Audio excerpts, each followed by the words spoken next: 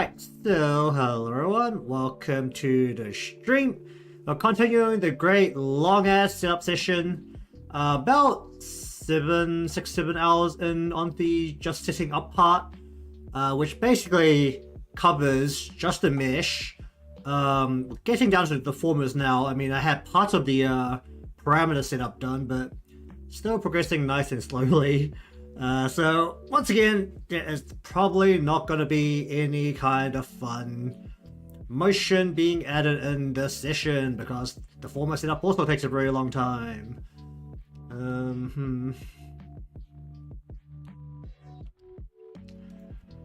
Alright, so right now I'm just categorizing everything, and then we'll get to the actual more nitty-gritty part of making sure everything sits in the right spot and has all of the appropriate deformers required to do all the motions.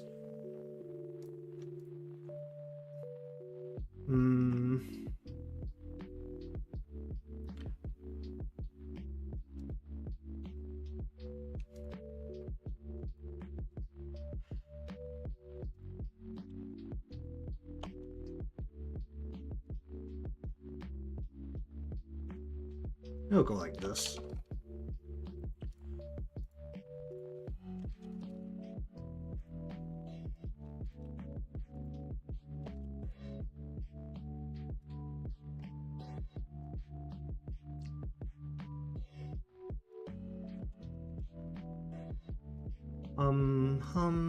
Hopefully I don't need to go back through and separate all the joints on these fingers again, because that'll be very unfortunate. I'm gonna see if I can get some movement to work on the hand without needing to split it. Realistically, it would have been better if the fingers were straight rather than curled to start, but we'll see how that goes.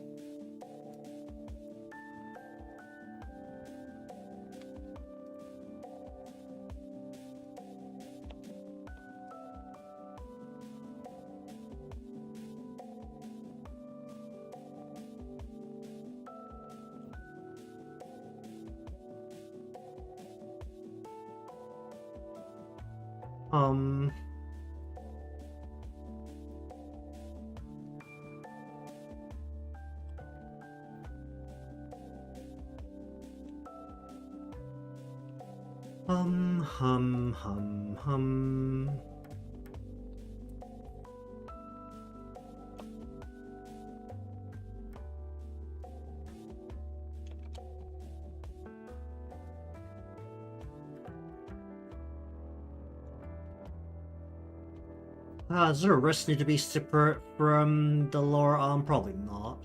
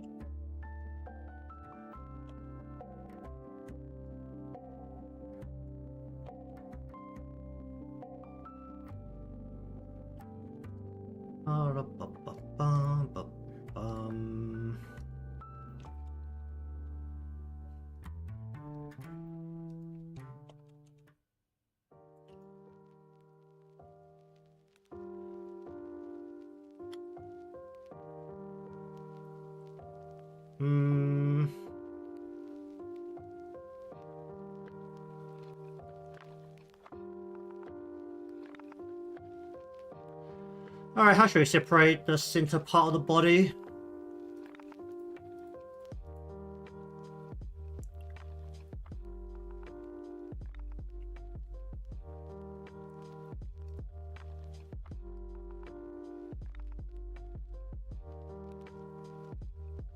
Go chest.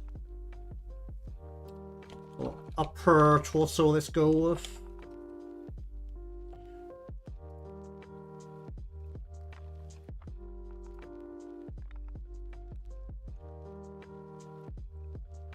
Left, right, and center pieces.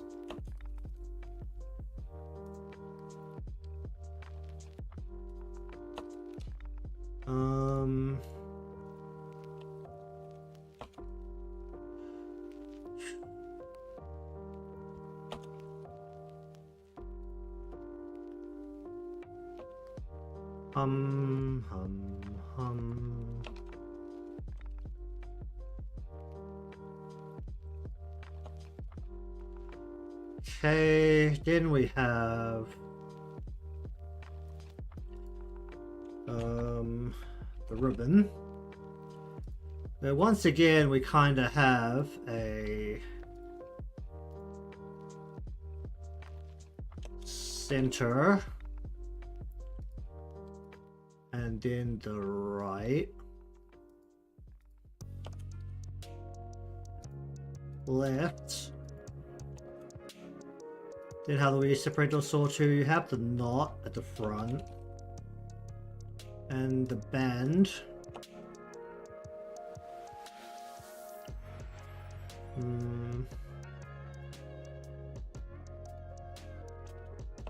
Follow front. Follow back.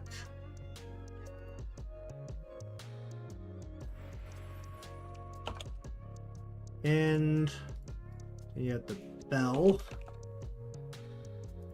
And that separates into the refraction.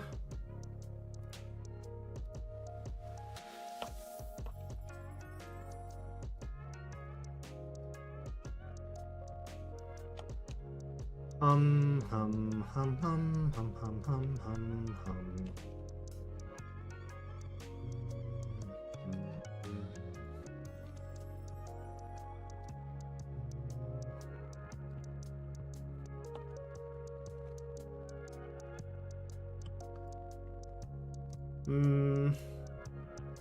Alright, there's the rest of the lower body or center. Oh, there's also kimono.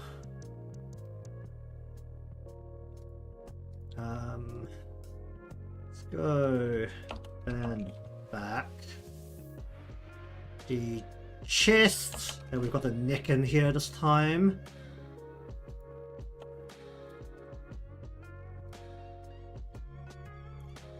Then we've got the lower part.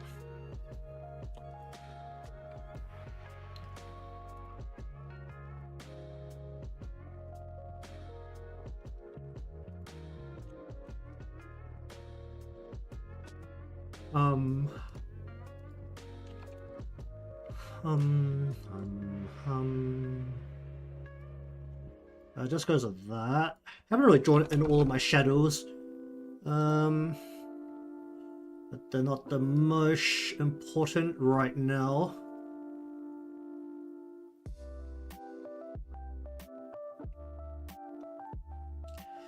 Alright, so skirt.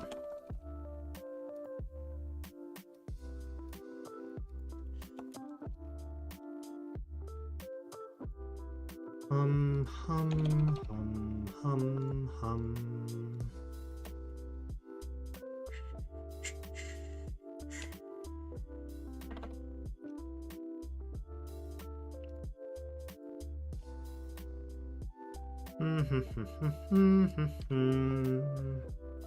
Once again, similar to my own model, probably not going to have the most aggressive stroke motion because it's very short. Basically, it wraps just over the crutch.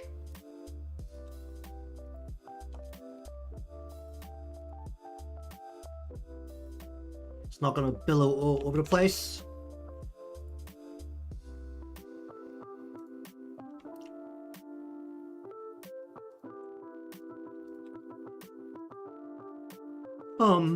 Go.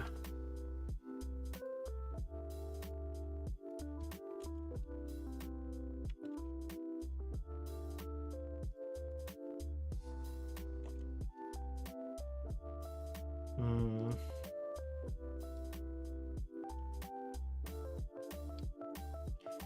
I'm not gonna realistically move these two parts together. Should be able to.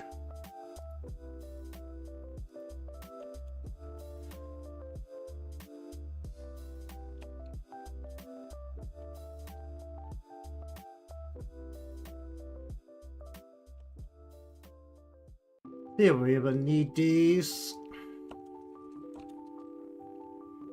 Let's call it back. I'll work out what that is. So this is a essentially flat object, or well, flat-sided object. We only have essentially one perspective side of it that's actually visible. So there's a limit to how much this can actually turn. Normally the foot's actually turned inwards, so the foot can turn outwards, but we can't actually turn it that far outwards either. Probably turn so the foot is about facing straight forward itself, and that's as far as the foot will be able to turn forward with the current pieces.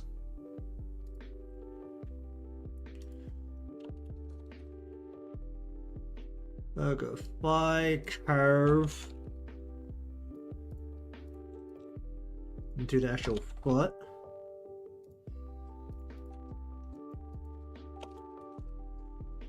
Hum, hum, hum, hum.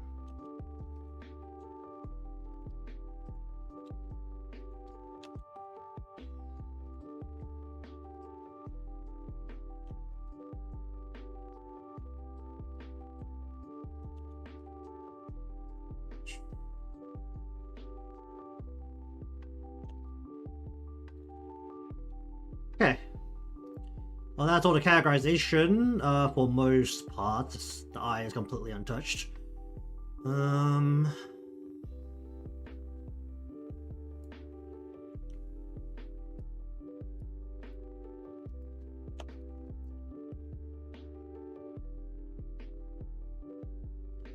Probably do these two parts together, right?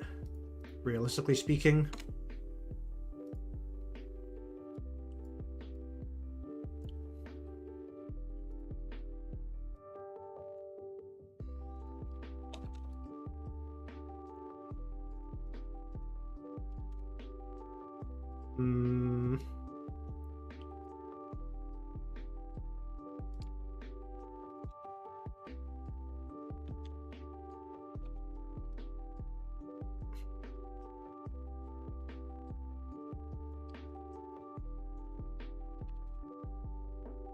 Hum, hum, hum, hum.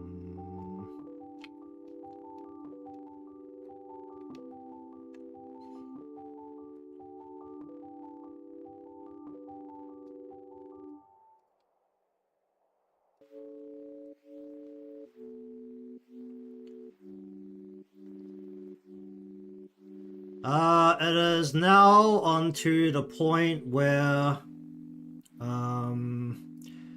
I'm setting up the Deformer hierarchy. So it's step 2 or 3 of the setup.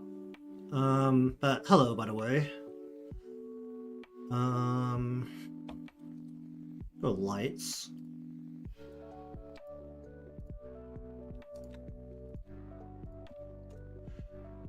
This is about 8 hours in, for all intents and purposes, so take from that what you will. When it comes down to it, the setup is the most time-consuming portion.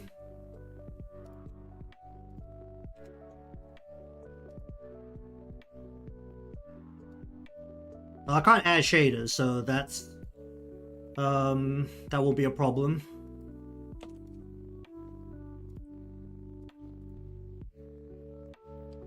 Well, I think there are some plugins that kind of do that. This isn't a 3D model, it's just 2D, so whatever I have is whatever I'm working with for the most part.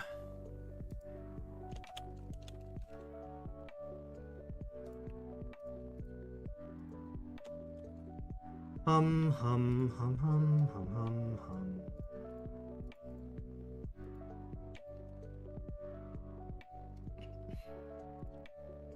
And regardless, shaders are things that are added post-processing, typically speaking, and not prior to that.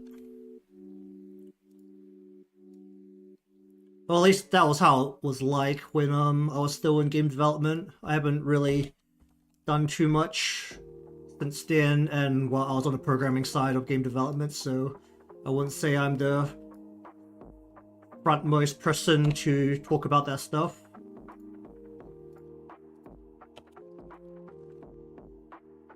Let's go refraction.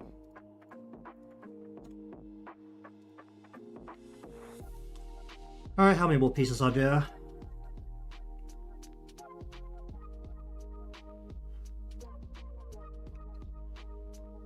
But this character that I drew on a whim. I mean, I threw this design together so quickly, it was actually somewhat spectacular, but then again, I was working by myself and I didn't have to consult people. The image that was most prevalent, let me just take a look through this to make sure I'm not doing something incorrectly here real quick.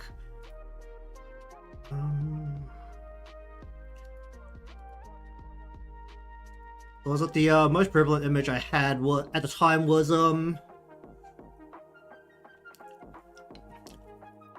something traditional style,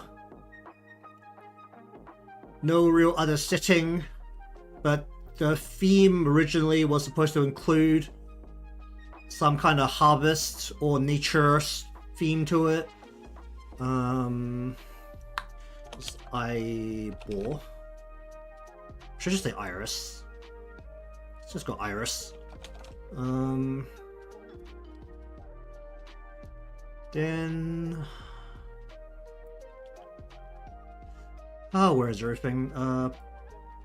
Pupil.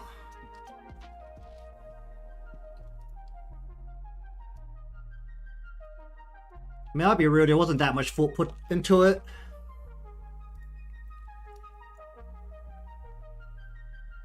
Okay, so we go...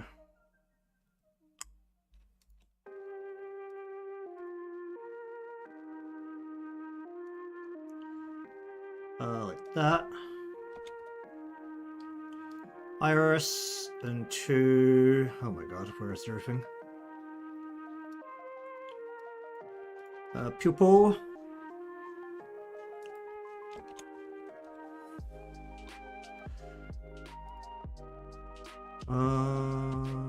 Pupil into eye white.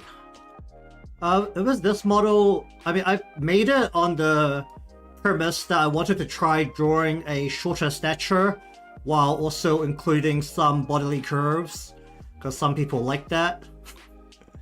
As we like to say it, you please the people. Let me just open a second instance of Live2D. I just need to look at it real quick. Okay, well, they're gonna now add in all of the deformers needed to handle parameters. I'm just gonna take them from my own model rig. Unfortunately, that's the part I can't just export out and have it work. So, just excuse me while I pull that up. It's also going to be on the other screen, so it's not going to be looking at it. But it's going to be now a very large train of deformers that I had to set up here. Oh boy, that took a while to load.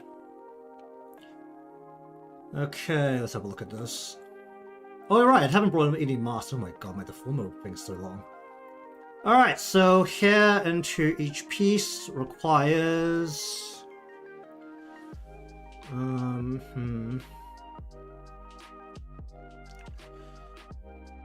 We start the head XY, yep. Head XY into a lean Z. Actually, should I just... I should probably just go through each set. Head XY into a lean Z.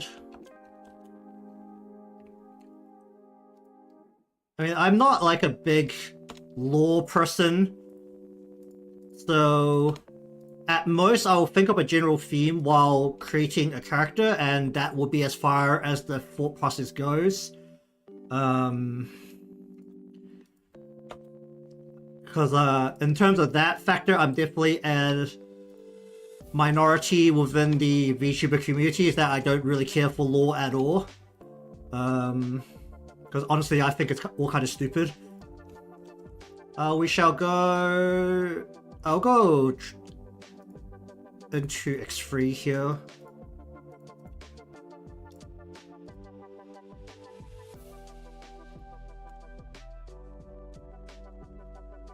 Try and maintain a relatively high amount of flexibility on the physics.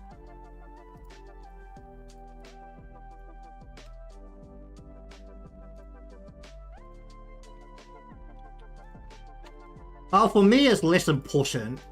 Because, when it comes down to it, when I'm just creating a character, especially if it's a practice piece or like something I'm creating that I think I could sell, it's not my job to create the story if I'm selling it, right? It's the person who buys its job to create the story to use it. Like, I don't know. From my perspective, that would be better for the buyer than just like giving them like, oh yeah, here's like a whole paragraph of lore that I have come up with that you must abide by. It's like, no, like, give them the damn choice.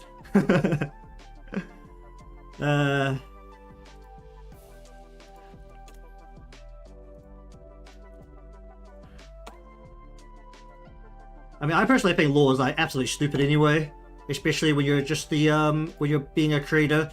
Most people don't even follow their own lore because they go, from my perspective, they go way too far on it sometimes, and they don't back it up. And it's not really useful anyway as a creator, because it's the thing that will maybe pull people in as a start, but it's not something that will pull people in long term at all.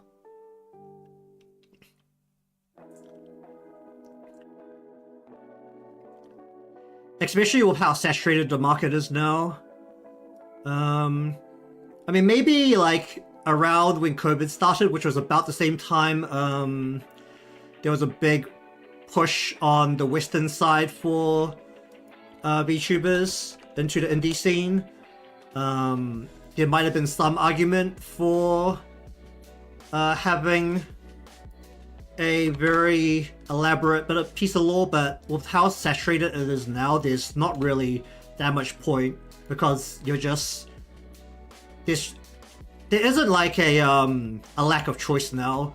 So the reality is, if you aren't doing content that is going to be watchable for people, it's not going to be something that they'll realistically stay for. At most, you might be able to grab them once, and maybe they'll show up a second time, and then if you're not keeping them by then, they're gone.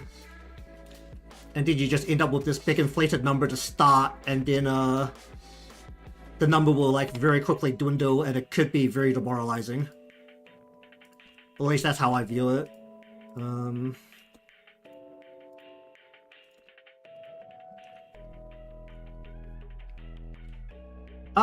If it's for a customer, the first thing obviously is to make sure that you've got all of the aspects that they ask for.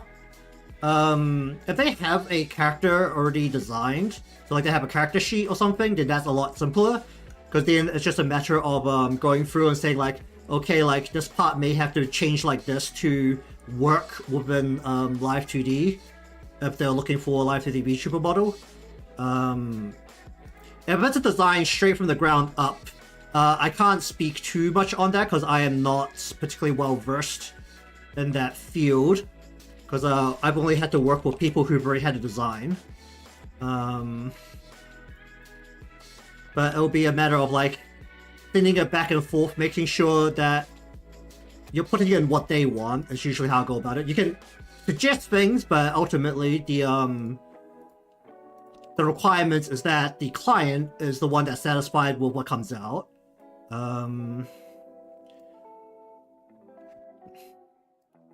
Which is usually then the worst part of when they just say, oh, do you think that's good? I'm like, it's your this is yours. Like, please, either you're happy with it or you're not happy with it. I'm just trying to do the work you want me to do. That's usually the biggest problem.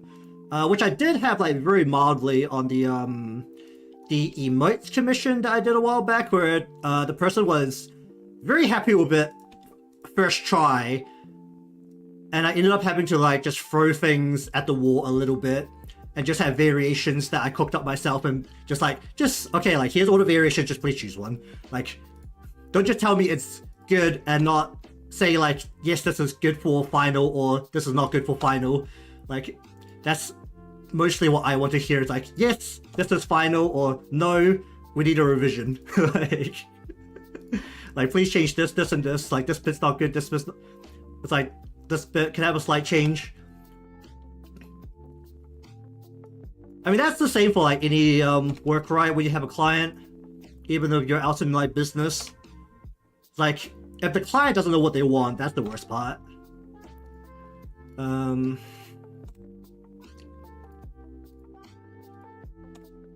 Because when it comes down to it, you add anything or you alter anything based on your own experiences, the most important part at that point is that you can explain the reasoning behind why you would suggest this change or alteration or addition, and have a sound argument, and they either accept it or they don't accept it, and that's it. Like,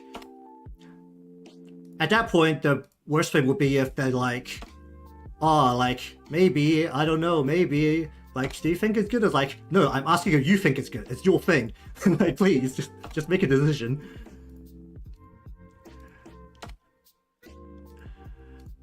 I mean, the good thing is that when it comes down to it, when you do commissions, unlike in business, it's usually between, when it's between the two parties, it's usually directly between the person that is asking for it and the person that is working on it. So there's not this break in the chain of command. Because that is definitely one thing I experienced while I was in the office, was how slow things happened. When you're your own boss and the client is also their own boss, things get done way faster and it's very nice.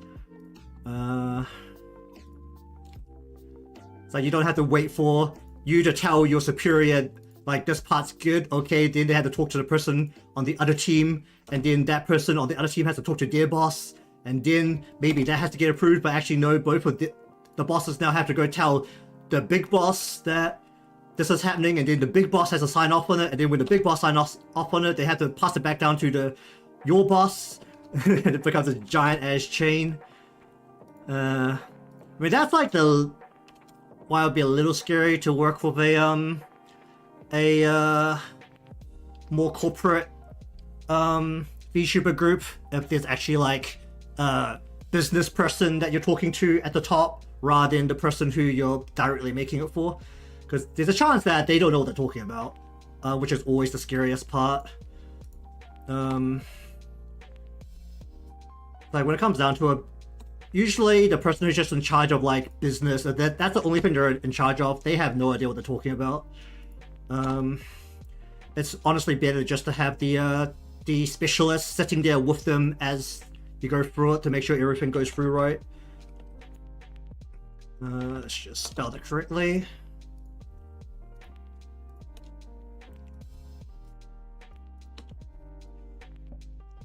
Yeah, add a Z to this. Did I end up using the lean Z actually? Hold up. Did I end up using this? I don't think I did. No, I didn't. I didn't end up using the lean Z. Probably don't need it. Only because I thought it'd be like too much. Oh, you know what? Let's get rid of the lean Zs. Don't need it.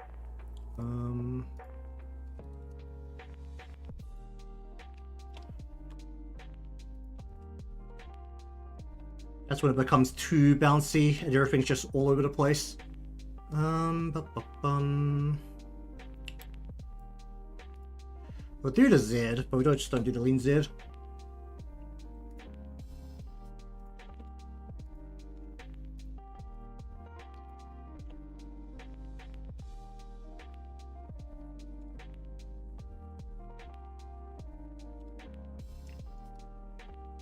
Hum. Oh boy, I'm fat fingering a lot of keys.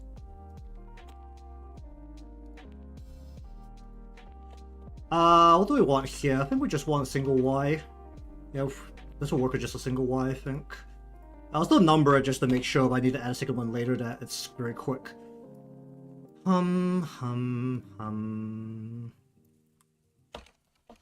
boy.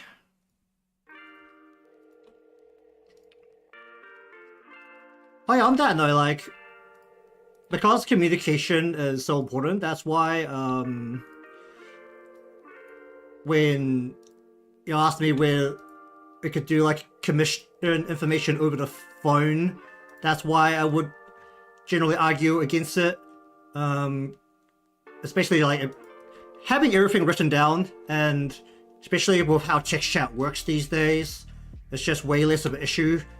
It's like, we could pass around images much easier, could pass around reference images or things that need to be pointed out. It's like say if I just pass you an image, then you can literally take that image and just circle something and like, oh yeah, this part looks a bit funny, and then send it back and I can look at it, and that's perfectly fine. That's actually like the fastest way to get anything done.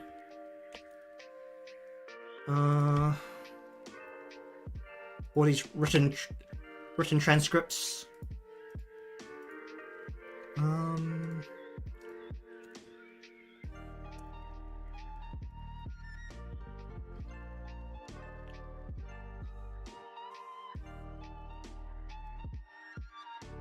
Oh, the first thing I can say is that I don't know how to do 3D, so personally I wouldn't be looking at getting commissions for anything 3D. While I've tried 3D, it didn't click, and I didn't understand it very well. Generally, I think depending on what you're doing is more important.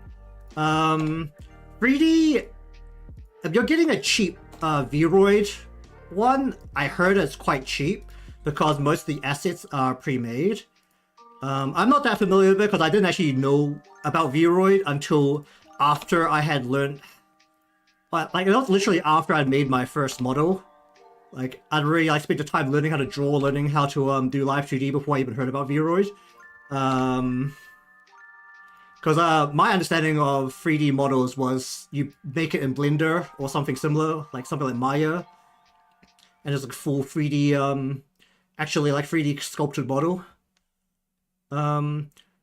Generally speaking, if you're doing a lot of like moving around that requires your arms and your legs to better address what you're doing, then I'd say a 3D model will be better.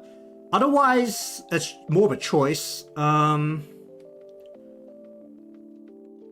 mean, I'm a requirements type of person, which is why I generally also suggest against using toggles, or like getting toggles if you're on a budget. Obviously, if you have the disposable income, then that's your own problem. Like, if you have the disposable income to throw at me, then I'll take it. But like say, we're just talking about a Live2D model, right?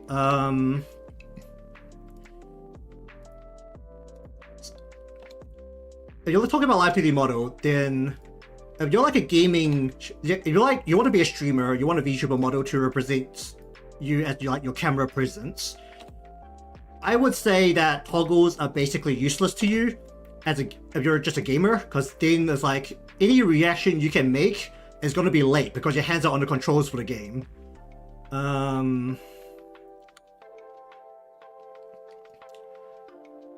But if you're like if you do a lot of recorded content, like scripted content, or you're doing a lot of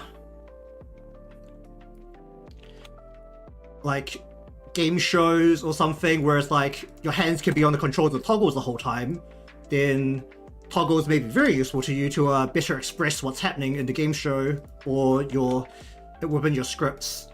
I mean, you're just asking me about 3D animation and 2D animation in terms of a viewer experience. I'm not that bothered by it. It's more of a matter of it if it's well executed. Like, if you haven't royally fucked it up and it just looks horrible, then it's fine. Like, there's no point poking at like whether which one's better, right? It's a matter of execution. And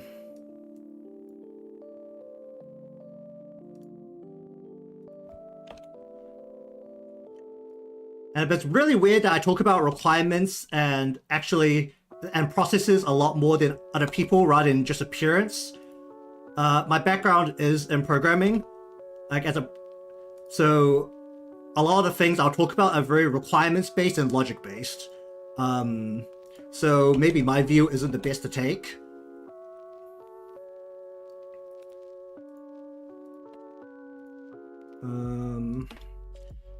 It's like all the meme jokes you might see about engineers. A lot of them can apply to me, unfortunately, and some of them are quite funny.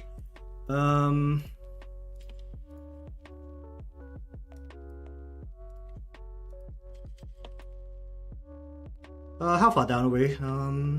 I've been doing like double Ys like the whole way down, but I think reaching this point, I might actually want to do triple Ys. I don't know if triple Y will be too much.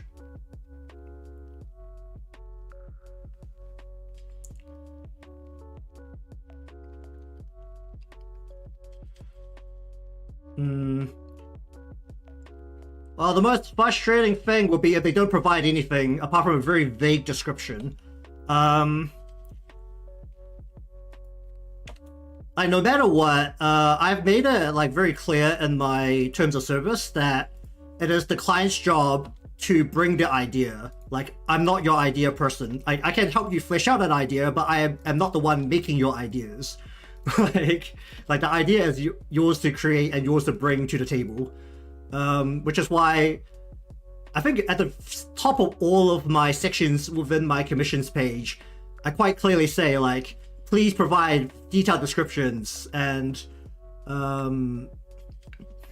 like detailed descriptions, have a clear idea of what you want, what you're asking, like what you plan on asking for, and have as many references as you can find that will detail out what you want down to the T.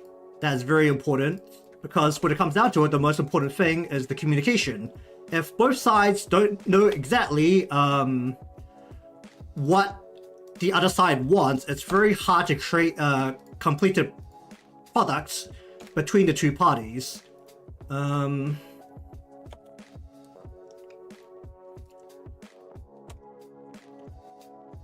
Like, it's very important to ensure that when when I ask about something, that we're both thinking the same thing by the end of it, like after all the discussions have gone through.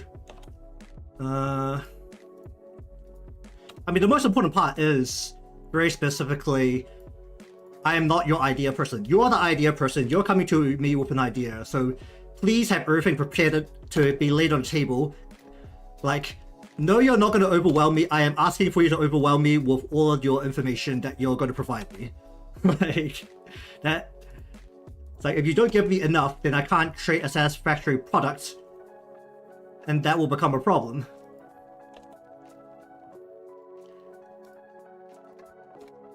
I think I need to add to my TOS at some point that the client needs to be prepared to be bugged by me about every small minute detail. Like, be prepared for a lot of questions if you aren't being very clear about what you want. Like,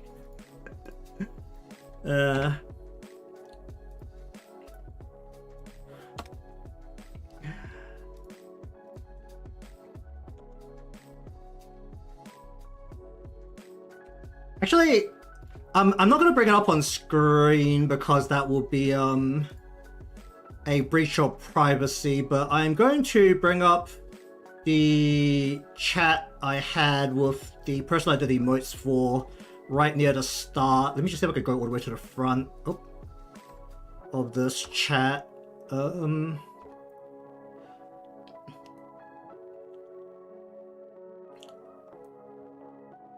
It's like They first asked me if I did emotes, and I was like, yes, I do, and I gave them a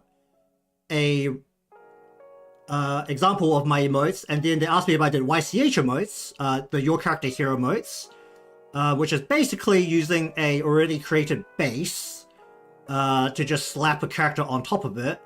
At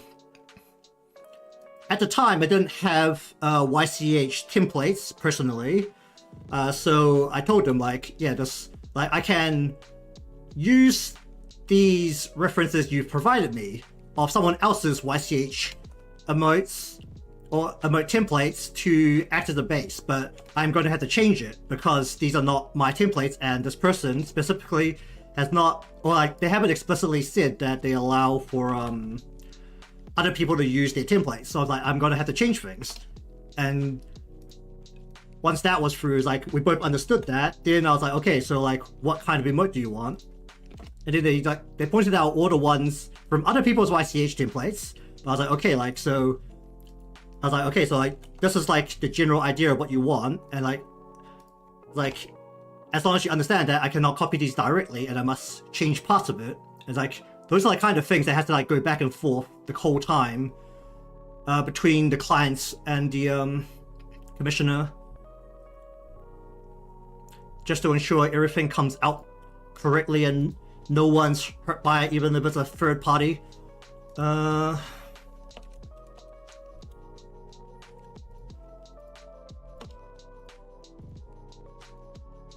Because when it comes down to it, when you work on the internet, the most important thing is trust.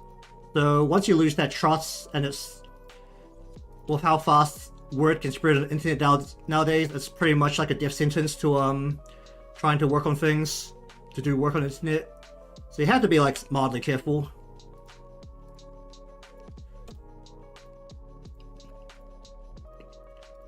And that's also usually the part where like if you're doing a not safe for work commission, then you have to express on both sides like, okay, like am I comfortable doing this or am I not comfortable doing this? Like you need to be able to like articulate, like first the client has to articulate what they want to you, and then you have to be like, okay, yes I can do this, or no, I'm not comfortable doing this. Like even small things like that have to be always communicated. I mean, for me, not safe work is very broad. I'm very comfortable with most things, so that's one thing that I can work on. I've been meaning to do a not safe work animation for a long time, but I just never get around to it.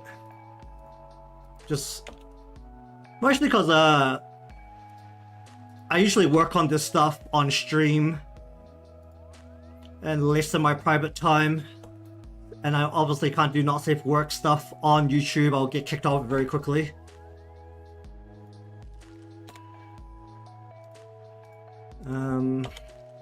I did draw panties once on stream. That was fun. Just straight up drew panties. Alright.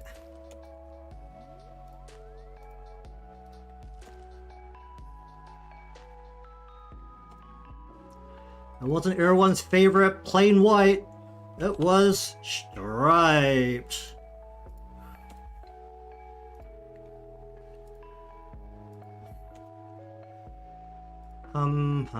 Okay, we're almost done with the hair. I think I'm just gonna set up all of the deformers. It's a lot faster since I have my other, my own model to use as a base. So this is actually going a lot smoother than I thought it would. Don't have to do as much stop and think about how the deformers have to sit.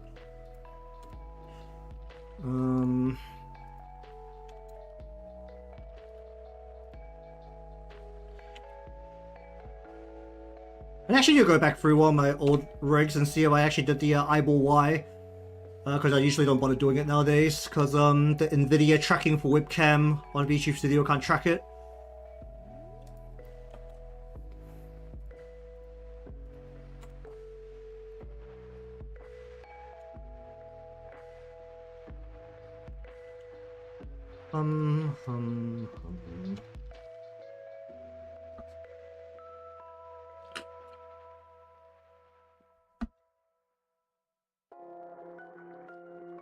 Oh geez, that water just went down the wrong way. Oh boy. Alright, down to the face part.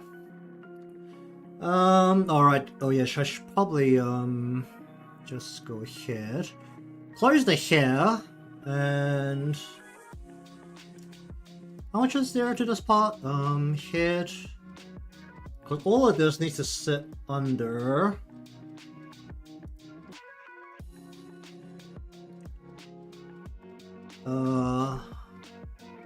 Does the body wire need to be a deformer?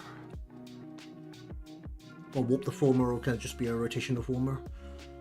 But just moving up and down straight.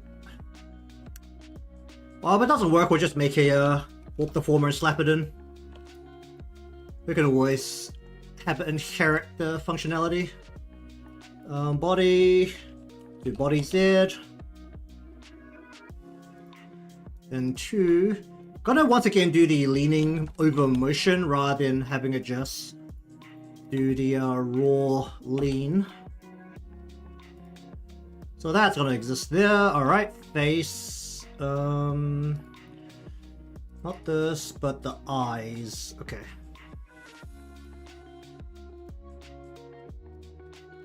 Hopefully I can do the depth together with the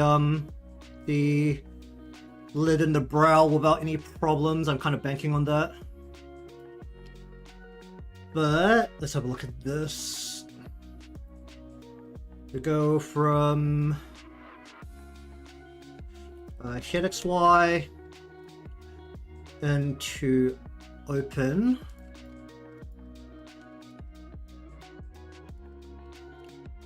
And then form.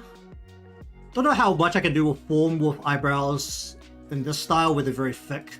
We'll see.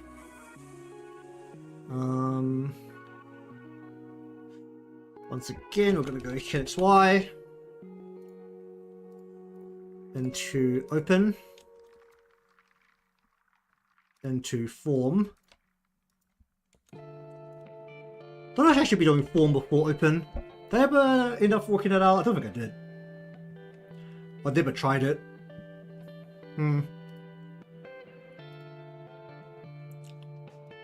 Lash. We need to go.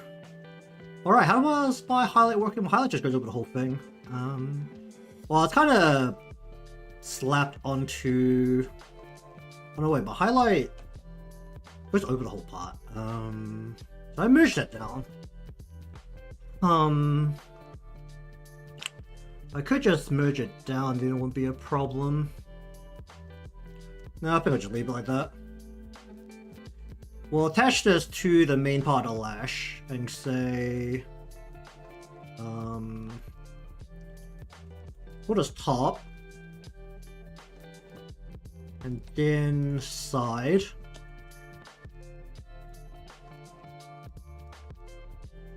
And then lash, we'd go Heirachy.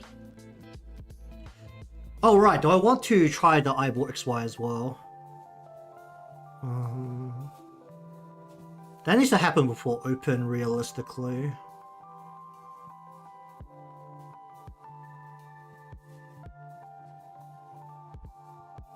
Actually no, it happens on open.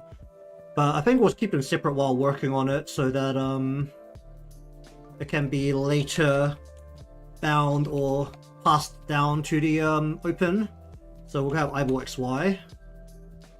Then to open. Realistically, open and form should probably be on the same one as well.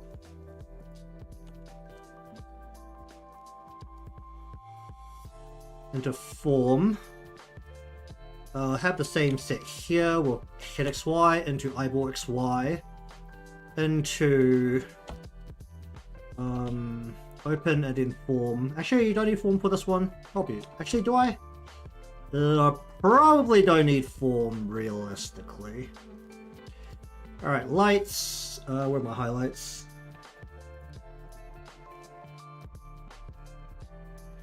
Not the white, but my highlights.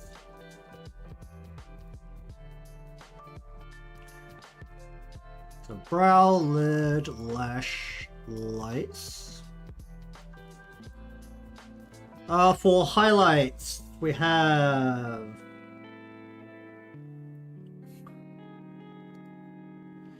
hit XY into eyeball XY into open into shake. Well, that's not what I'm trying to do.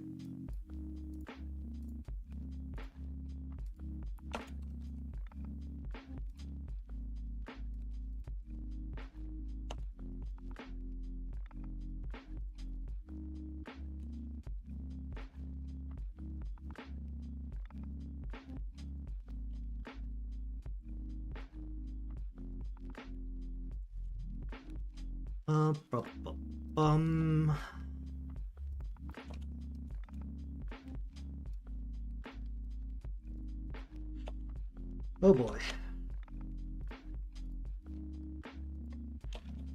That's a lot of Deformers. How much am I up to now? 495. We're already nearly up to 500 Deformers. Oh boy. Oh boy.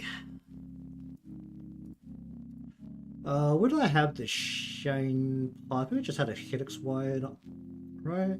Where's this part? Oh, did I just leave it as part of eyeball? I did. Should I just leave it as part of eyeball, or should I actually have its own part? Just so it's always kind of there. No, realistically, this just needs to be part of eyeball. We'll just put this in as part of iris, and just delete the rest of this. Get the shine out of here. Refraction. What did I end up doing with the refraction? Refraction. XY. Eyeball XY. Into open. And focus. Alright, the whole as eye. In theory, this shouldn't be a problem if I move the whole thing as one object, generally speaking. Well, at least there hasn't been enough of a problem, because I'm not very good at detailing the eye with a lot of things. So, eyeball.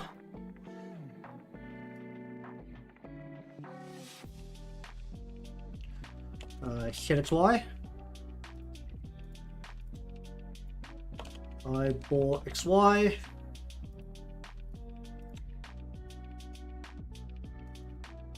Open. Focus. Where'd my pupil go? Where'd I cast my pupil? Oh, why is it under my white? What the heck? No, go... No, be under... Where is this?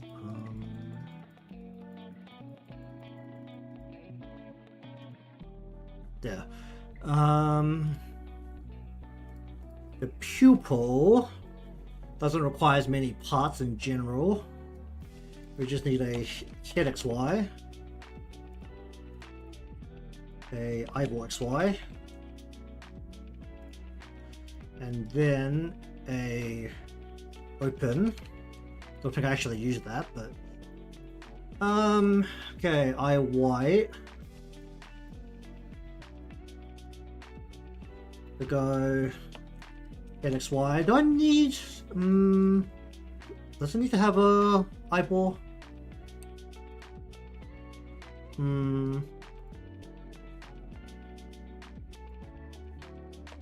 Open and then form. Don't I should just use a mask instead for the form, since my eye white is just a white block of color. That might actually make it a little simpler. Alright, time to go through all of this again. Okay, hit XY. Open. Form.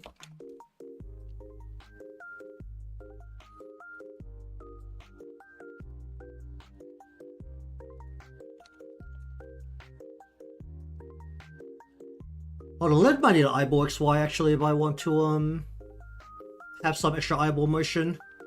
We'll add an eyeball XY here. Where's the lid?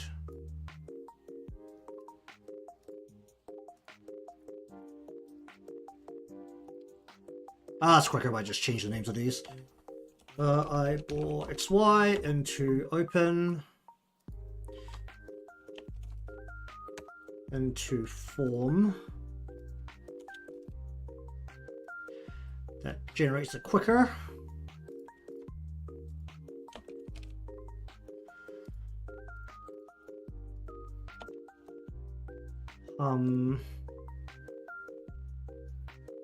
Okay, lash was the front and then the side.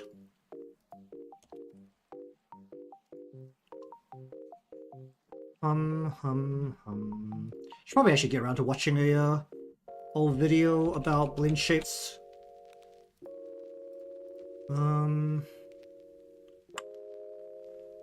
Go eyeball XY.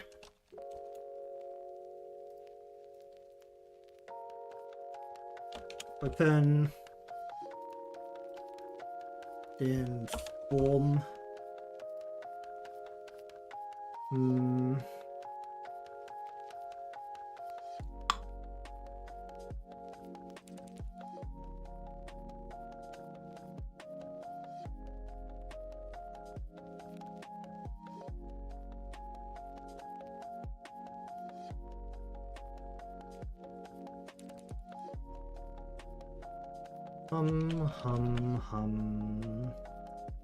Y into the eyeball.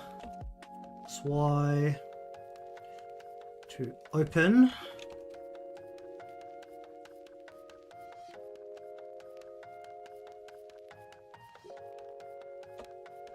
It's Y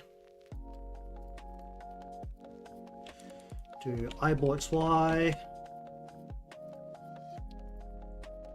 to open. Then into shake. Should be shake, right?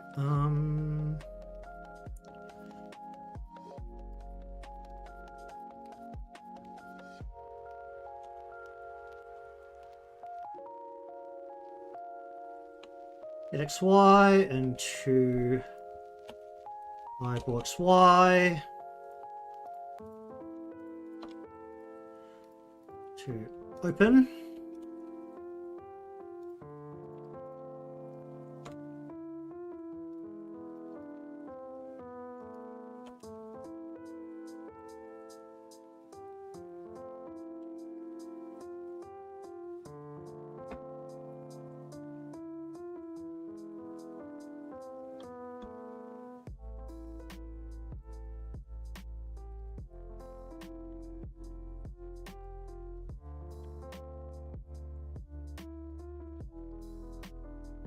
Okay, it's Y.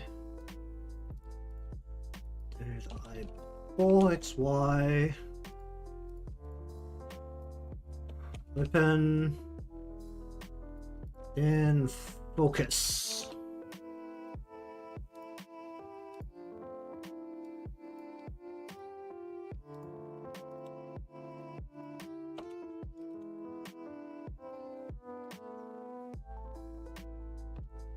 Alright, nearly done the eyes, or the general eye setup.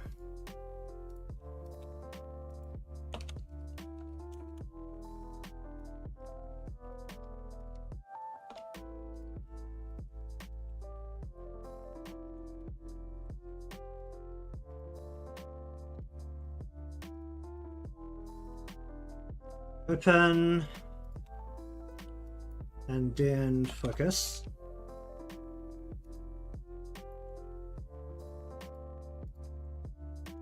And then here we have form. Okay, that's all the eyes. Now nose doesn't need too much, we just need to hit XY. My style doesn't include a very detailed nose to begin with 90% of the time, so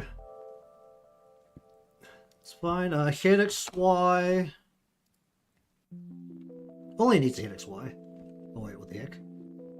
Oh, that's a mouth base. I don't need to move the mouth base, but we'll see how this 4-part mouth is gonna work for me. I don't know exactly if it'll work the way I expect it to yet, but hopefully it does.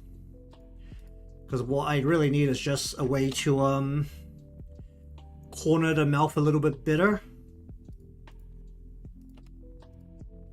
All these just need to hit XY, and then the right left side of the blush need to hit XY. And I guess we can also add a opaque. The opacity. Then we've got the head shape. Where we once again just have hit XY. And the shading, which also needs to hit XY. Oh, I haven't got any masks in here. Do I need some masks? Well, probably input them now.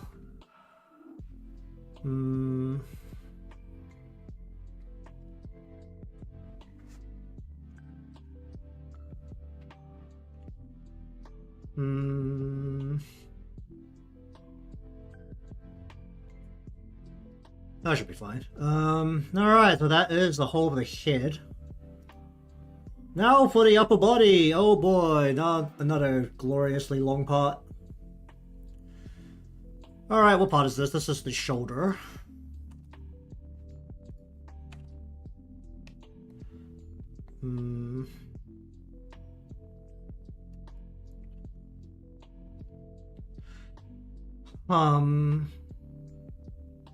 Alright, let me just sit down.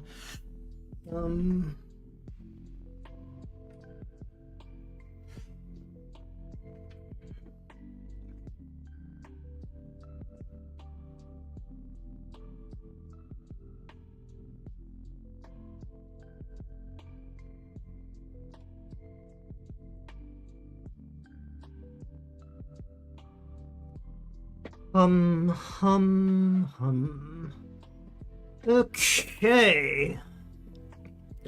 Let's get comfortable here.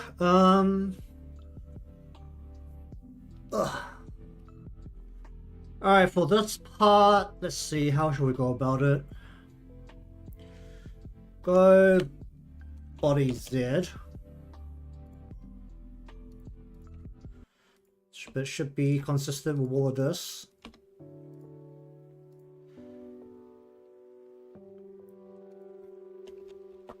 Lean Z.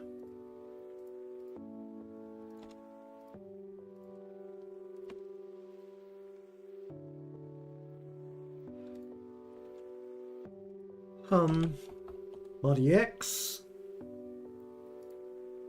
We separate the Y pretty much completely for the upper body because honestly you could just do the whole upper body in one move. Body X. And then for this part, I think we are gonna have a X. We'll do a. How wobbly should this be?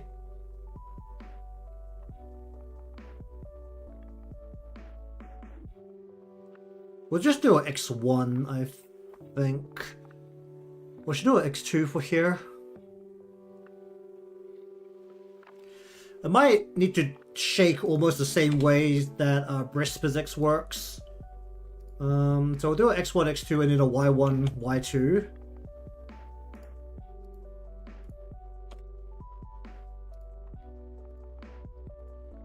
For this part, we're gonna go X1. This is supposed to be a heavy material, but I think we are going to go into an X3 here. Well, this long material.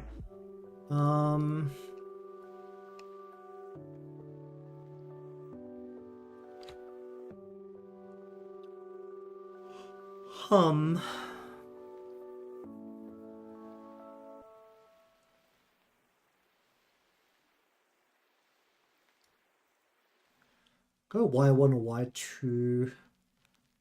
I think it's long enough to warrant a 2 here. Usually doing more than 2 for Y is kind of dodgy, so just leave it at that point.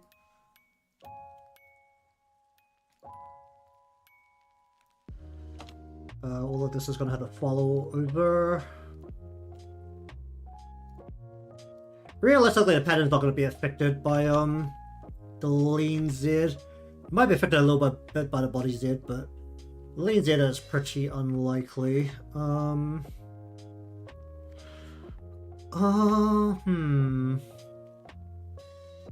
run my Z before my X. I'm just having a think over.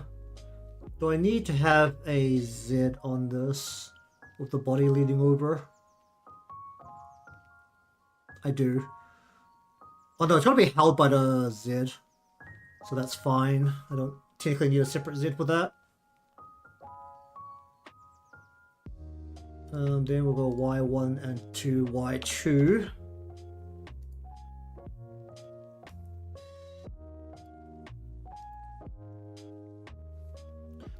Okay, we'll do the same set on both sides here.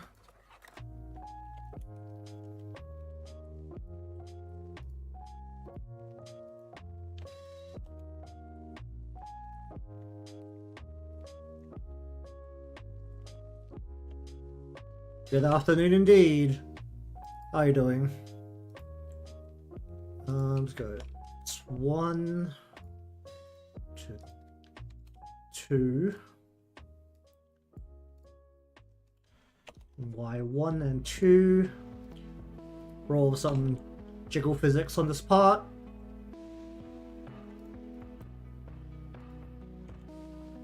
Okay, so body Z.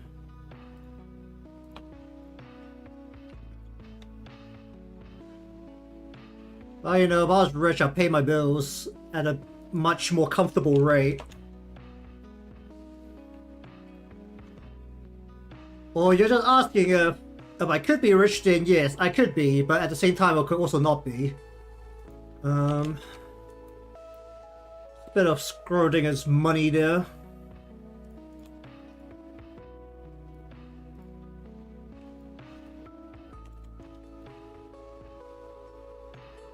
X1, X2, 2X3.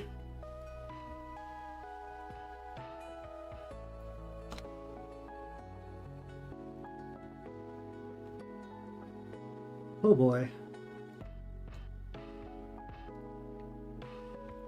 Then we'll go Y1, Y2,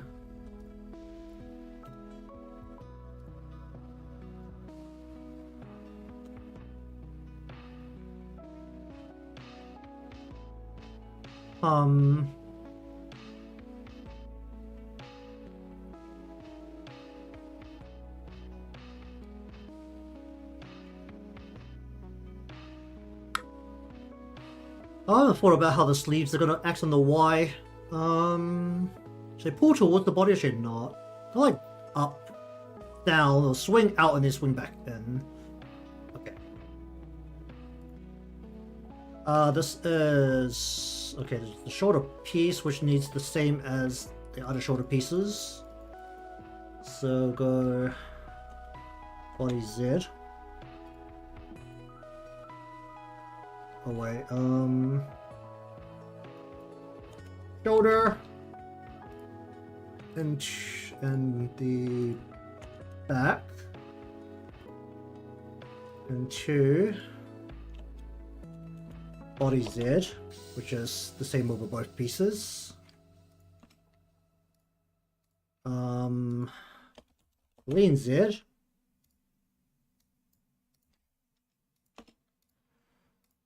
And 2 body X.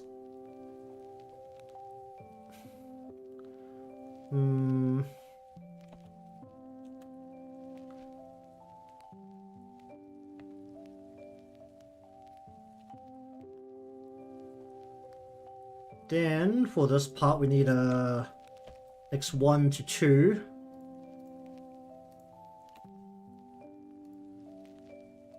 For this part it'll be 1 and 2, 2 and 2, 3. Then you just go Y1 and 2 Oh, I have to be careful with that part actually. Need to make sure everything stays connected.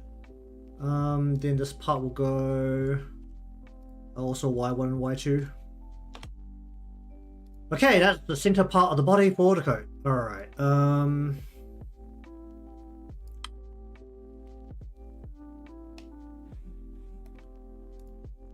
let's go upper.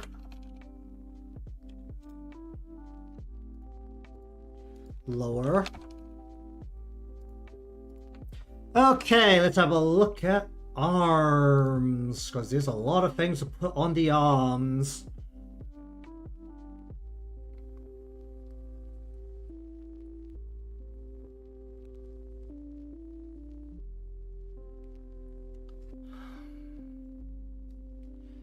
Where's my actual arm part? Where is that? See if I'm gonna find an actual arm piece. Over here, lower arm, sure.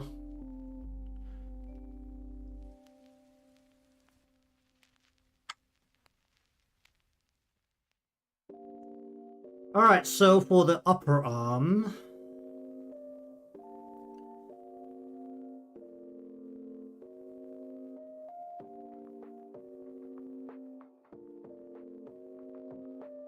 the shake is for the Y shake, right?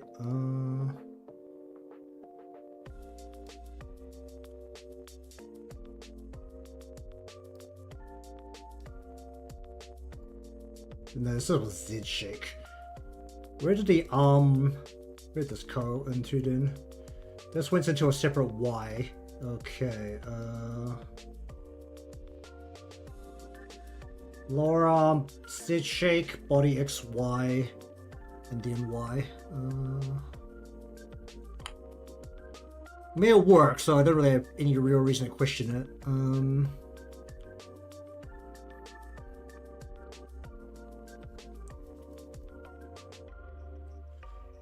Alright, so body Z.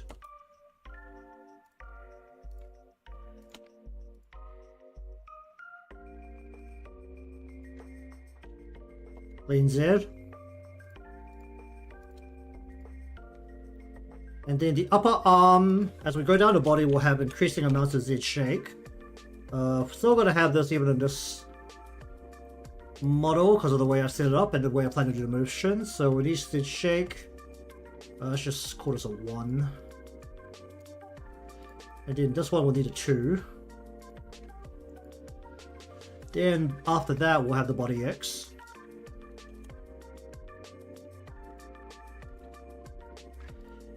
Then after that, we'll have the Y.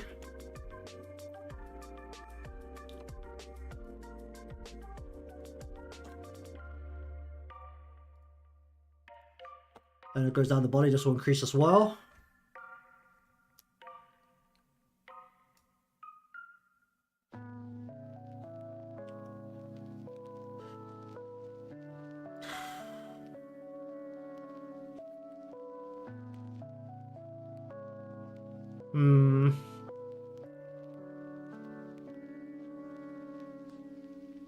How much does it matter that this doesn't have a back piece? I mean, it'll limit the motions a little bit. But it shouldn't be by that much, realistically speaking.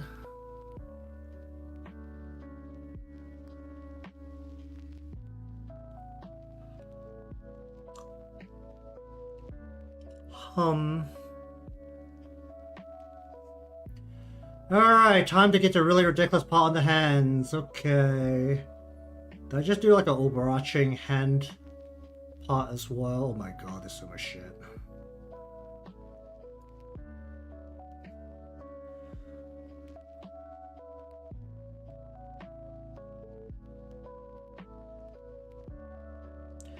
Alright, because I set the fingers to be separate from the old hand. Yeah, that makes sense. That's pretty much required for the most part. So going to, as a general part of the hand, is that we're going to put all of this into the body Z, lean Z, and we're going to Z shake 3 times.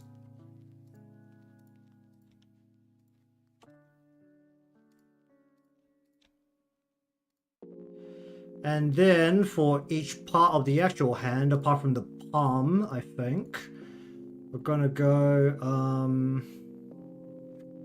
alright, how much do I need for this?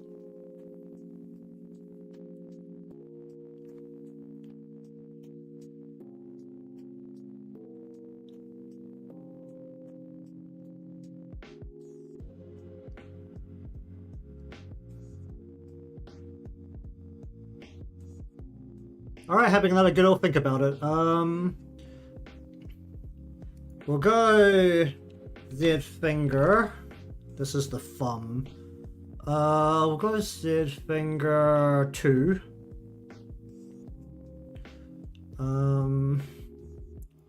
Into 3. Then we'll go body X. Then we'll have Y1 and 2. Oh no, we'll have, actually no, we'll have Y2 and 3 on the thumb. Have follow that instead of having it follow 1 and 2. And we kind of need this on all of the parts, so set finger 1.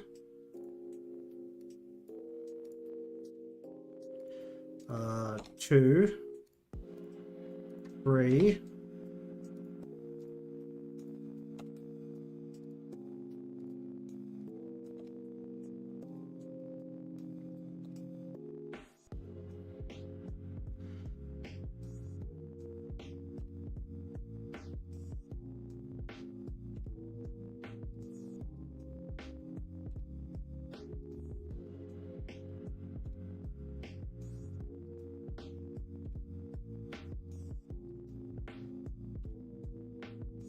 Okay, and then we go body X.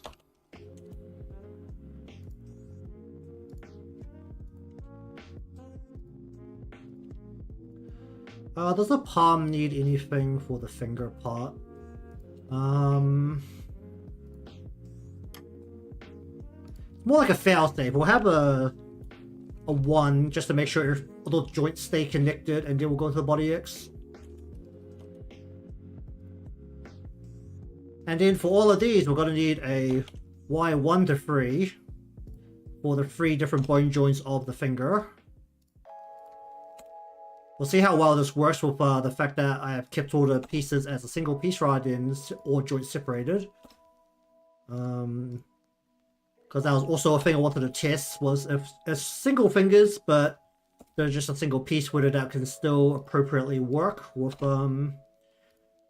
the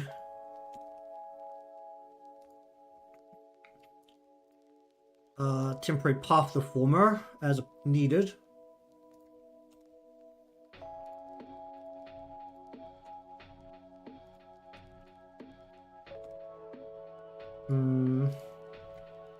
Do we add an extra Y1 just to make sure the palm stays together with the rest of the joints? Let's do that. Oh boy. Alright, lower arm. Then shake 1, 2. Upper arm is a single 1. Then to the body X.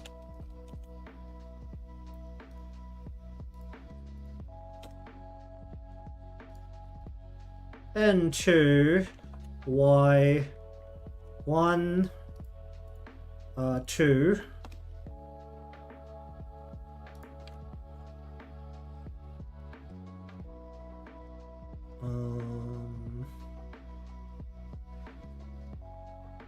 I guess this will be more like following.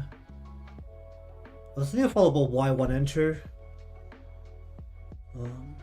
before it hits the fingers.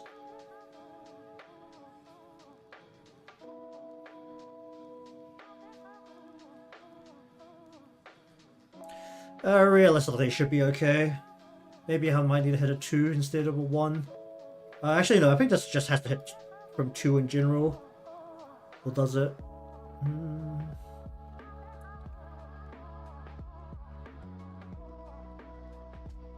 I'll add a 2 here, just to make sure it all stays together. The upper arm only needs a Y1, because it's the start of the whole motion.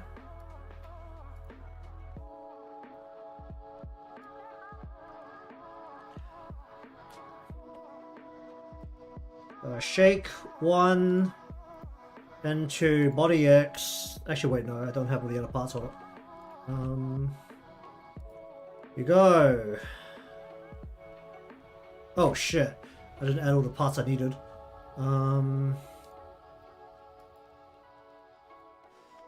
Was the body Z into Z lean?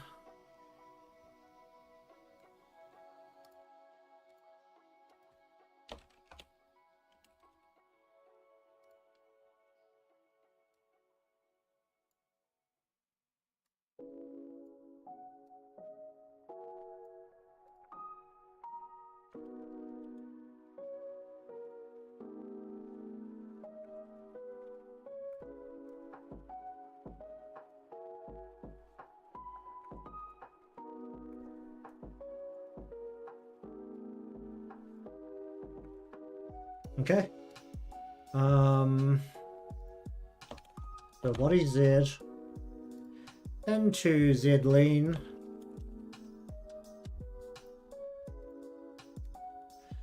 Z shake 1 into body X. Into Y1.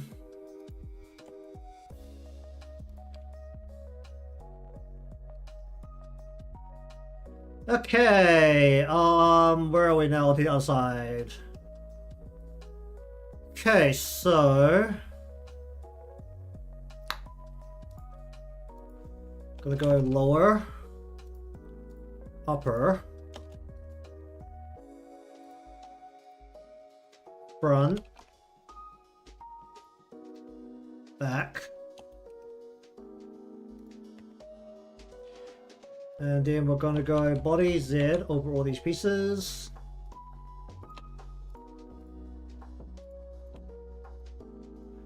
Do a lean Z.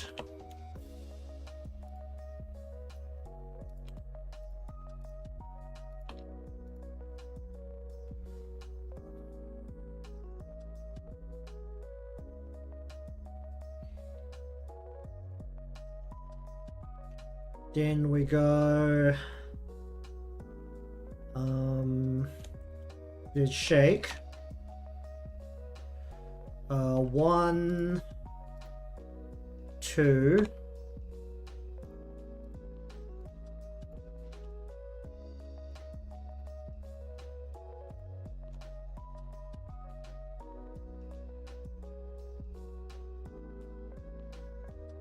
Oh wait, these are all gonna actually, these need their own physics parameters as well for the separate part.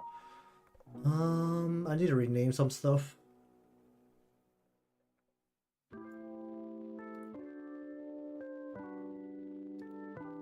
So we'll go arm Y1 and arm Y1, arm Y2. And then it goes into we'll go X1, X2, X3. Hello. Then go Y1 into Y2. Same thing here where we need to go X1, X2, into X3, then we go Y1, then to Y2. Because we need that for the sleeves, because the sleeves are very long this time and actually need extra physics attached to it. So we go Z shake, 1 2 1 2 1. Then we go body X over all 3 pieces. Then we go Y 1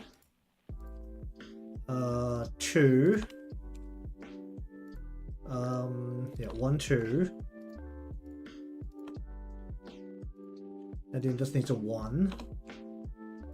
Then separately to that we go x1, x2, and x3.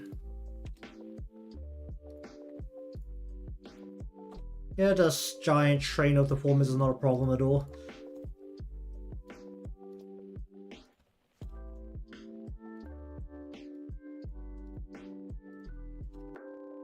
Because what happens when you have long, heavy objects draping off on a giant pendulum. You go y1 into y2.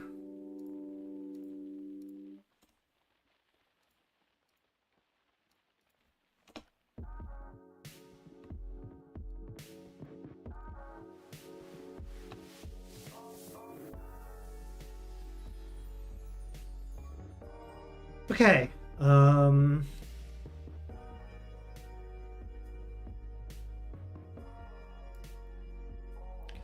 am I gonna get through the Deformer hierarchy today? Oh boy. Hands. How to go again? It was like fingers. Actually, how much shaking do I need here? Because this side is holding the pipe. So there should be a little bit of a limit to how much this can wobble.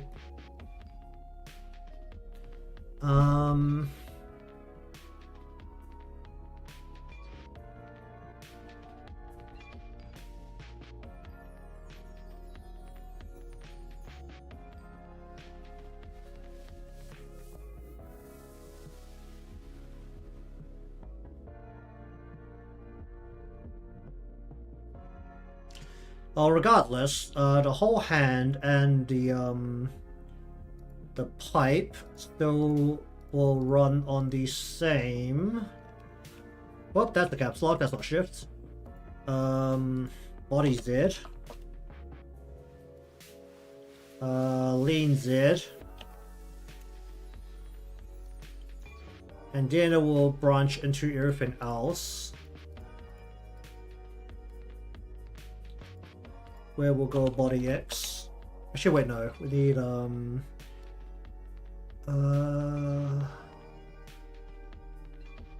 did I end up doing this shake?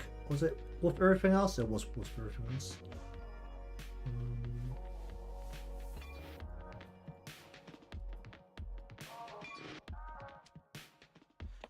Did shake 1 2 and then 3.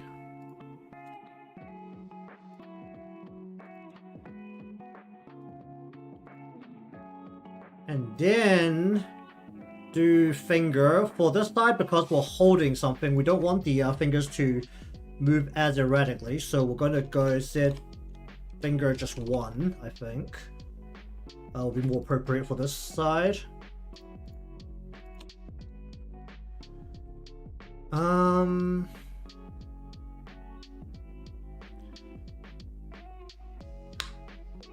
Although I can do more for the ring finger and the pinky, realistically speaking.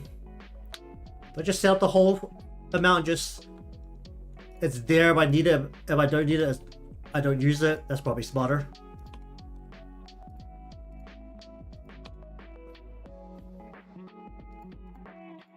Alright, so 1 2 3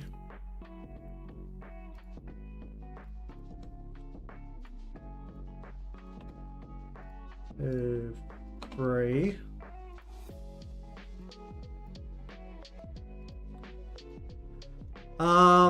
We'll have the ensure that the palm stays attached while fingers move. And then thumb will gonna once again attach to 2 and 3 instead of 1 and 2. Then go through and give all of these a body X.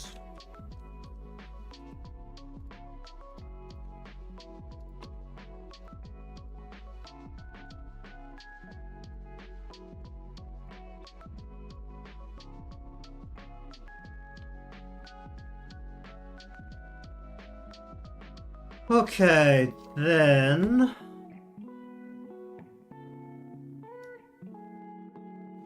realistically speaking, the movement should be quite a bit more gentle on this side.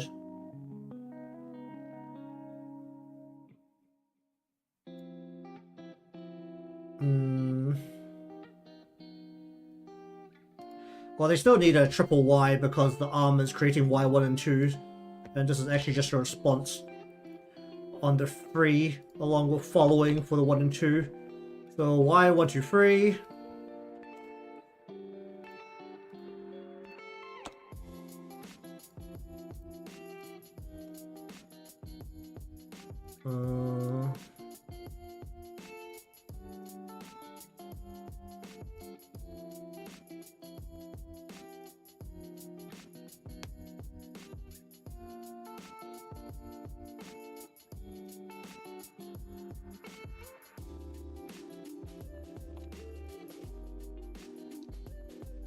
Oh boy.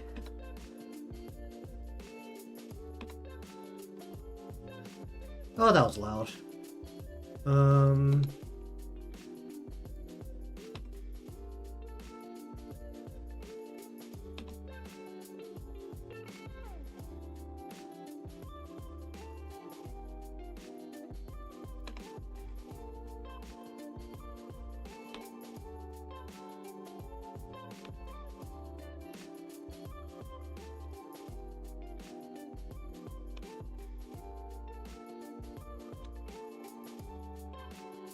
Okay, now for the pipe.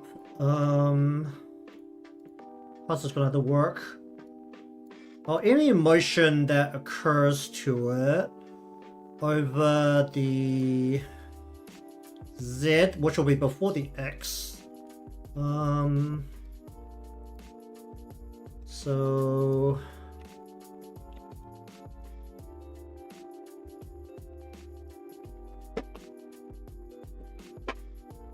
just gotta make sure all of the movements. Oh my god, I did not select the one inside. 1 into 2. Actually, this is a solid object. Hold on. Because this is a solid object, what we can do is actually do the 3 parts of the pipe together for the Z, follow the Z finger part. Because this thing can't bend, or should not bend. I can make it bend, but it will look really weird if it bends, because this should be made of wood and metal. So we'll have the 3 per deformers to have it follow any Z finger motion. Then, within these, we'll do the body X.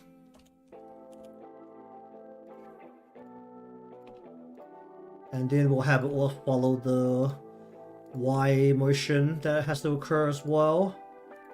Going from Y1 to 3.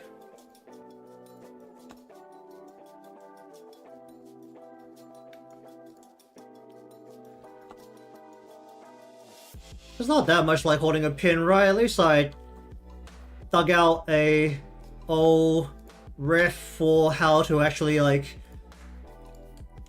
very fancily hold a pipe to smoke it. I mean, you're holding a pin like that, I don't know what you're doing with it, honestly.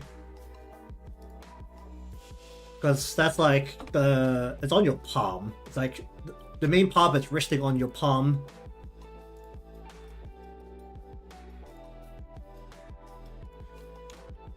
And you're holding it above your hand rather than below.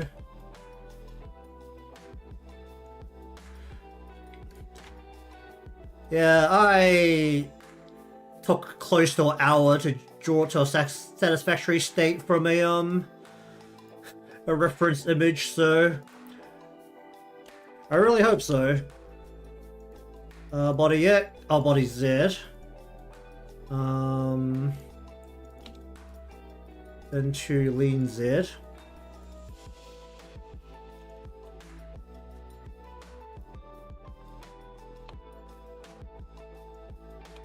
Okay, into Z shake. 1 into 2. And then the upper arm only needs a 1.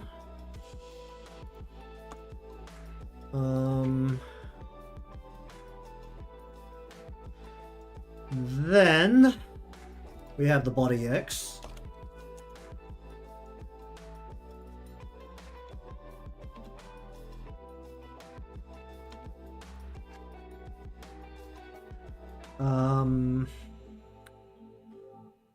Then for the arm, we need to follow the Y response motion, so Y1 into 2. Then this only needs a Y1. And this part only needs a Y1. Okay, that's the arms done. Oh boy. Alright, now for the center part of the kimono body.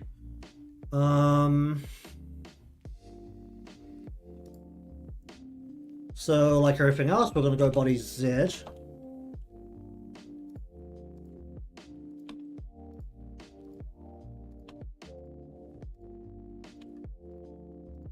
It's a very good thing I didn't bother drawing in nipples, because I realized that when I isolate the piece to draw a mesh on it, it shows the mesh without anything covering it.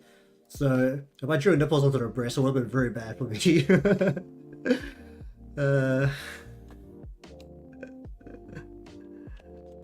Lean Z.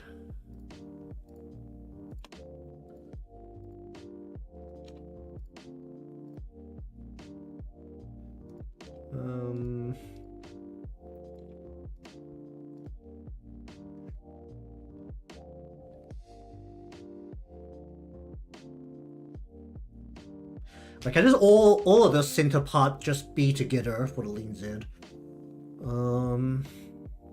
There's not actually too much reason to separate it, unless I change the perspective a little bit before leaning. That would be more on the lean Z to the body Z. Actually, no, that all depends on my final position, and I'm more leaning the spine out than just tilting the body over. So probably have to keep it separate. Alright, lean Z into body X.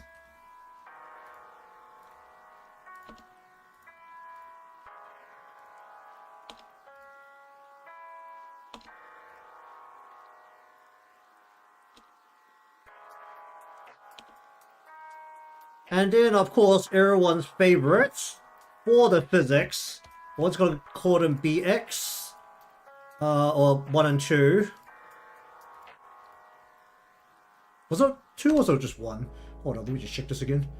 Not the arm, but the body. Oh no, just 1. BX, BY. And then we leave it to the culture people to work out what the B means.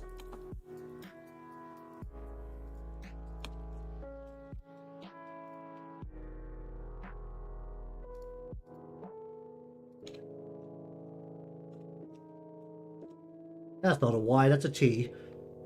And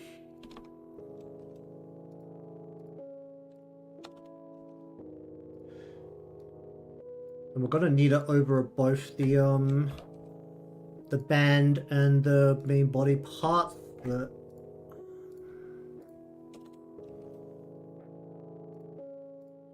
when I can short form things, I will short form things, because I'm not working with anyone else, so only I need to understand things.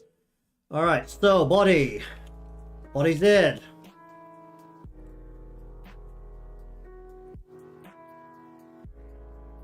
Ooh, this is a very center part of the body.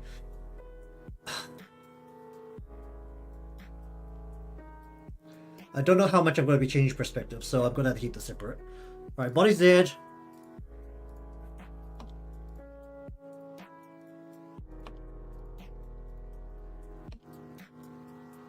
Into lean Z.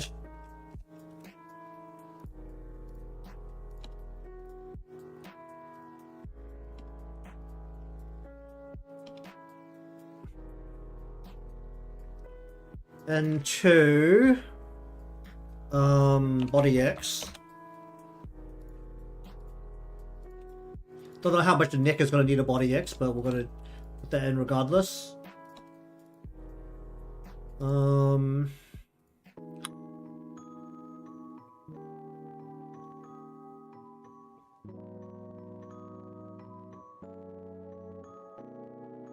Alright, that's all that part needs. Okay, next. Ribbon.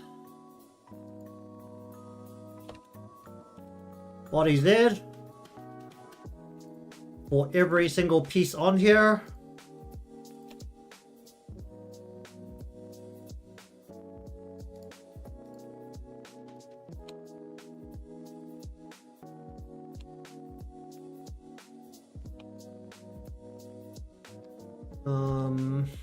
Go. Oh, she should refresh should have its own part. Because the refraction needs to move in response to literally everything, so it's going to have its own body Z, and will have all its own parts. Then we go into lean.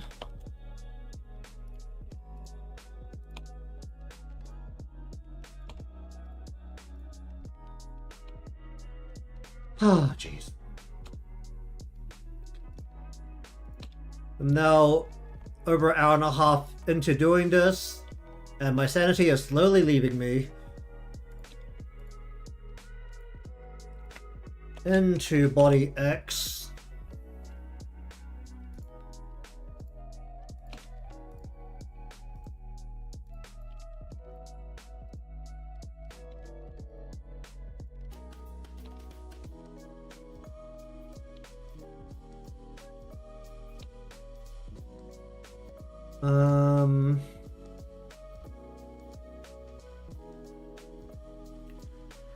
Then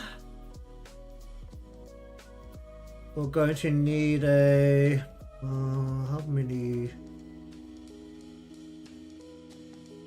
We'll go X1 into. Well, we'll just do an X and a Y here for now. I don't think I need too much here. At most, you might be able to do like a Y2, but I don't think I could do like a big X2, Y2. Wait, band. No, the band doesn't need it. Wait, no, the band doesn't need it. Yep, okay. Then this needs an X1 into a X2. The ends need an X1. Oh, not X1 to X2, it's X1 to Y1.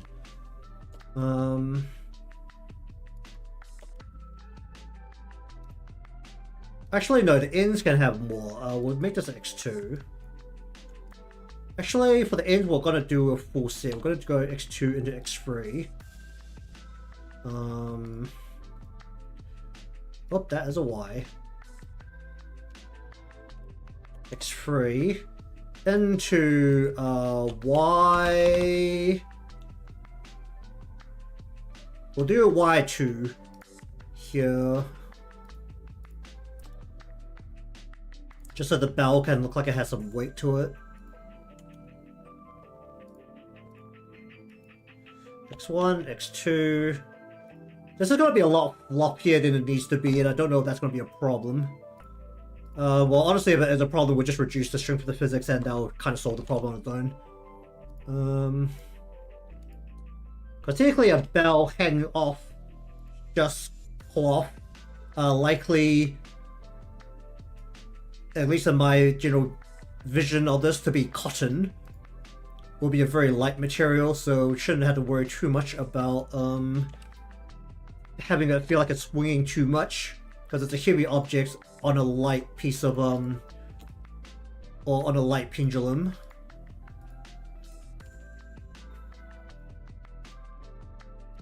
Also, I'm skipping some steps of the bell, honestly, when it comes down to it, so hopefully the bell comes out okay.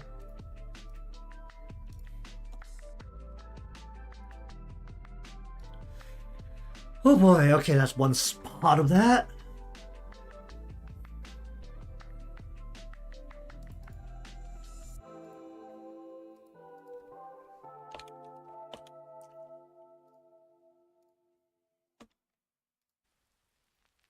Oh, nearly to the bottom of the body. I might actually just go till all the deformers are down, at least all the ones I know that I need are down.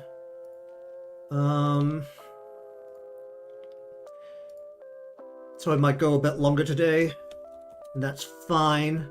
Just make sure all of this is actually set up, and at worst, I can just do the parameters as I'm starting the motion, and it's less important to have all the parameters set up. The deformers are more important in general, so making sure all of this is properly done is much more important. Oh boy, it's starting to lag. Oh joy. Okay, let me just check how much memory I've used. I really don't want to be resetting or taking time to reset Live2D at this point. Oh, nope, I need to reset. Wait, hold up. What else do I have open? Oh no, I've got 2 instances of Live2D open. That's probably why my memory is being eaten alive. Even though one side hasn't done anything, it shouldn't have anything in memory. Do I have anything else open that might be eating memory? Not really. Just OBS. Oh, whatever. We'll work through it. It's fine. Body X. Then the front part, you go X1 into Y1.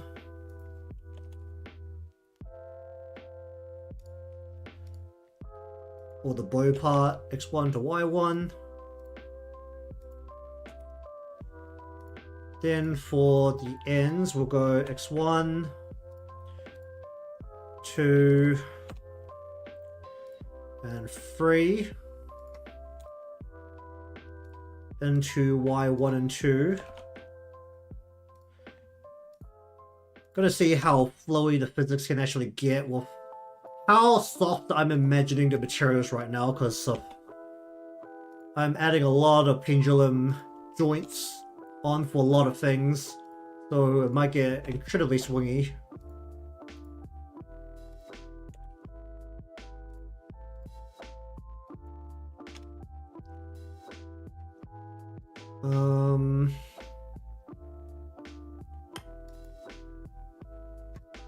X1, X2, X3, Y1, and then Y2.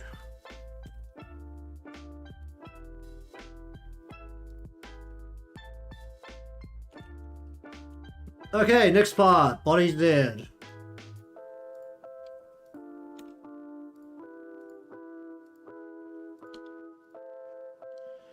N2, lean Z. Nearly there.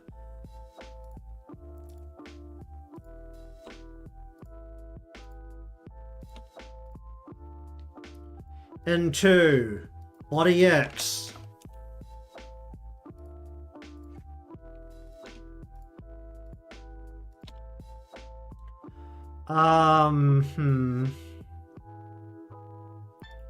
We'll give this a single X and Y here as well.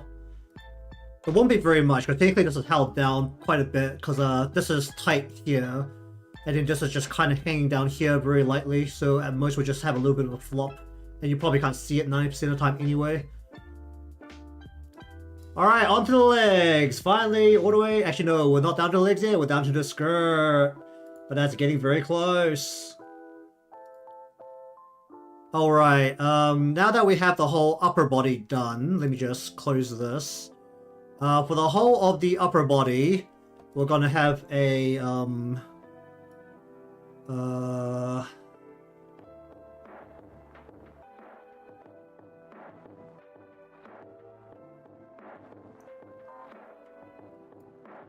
breathing into a body Y. I actually remember they had breathing in there early. The head, I've already kind of set it up, so that's fine.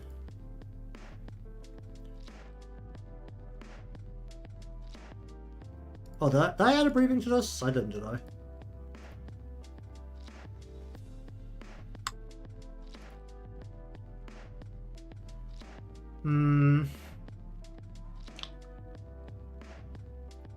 That's fine.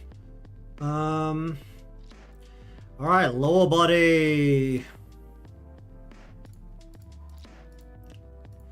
So, once again, just to reiterate, the skirt itself is very tight. It basically only just closes around the hip, so it's not going to shake. So we're going to skip all the physics on that portion. In exchange, the talisman at the front is going to do all the shaking for this part.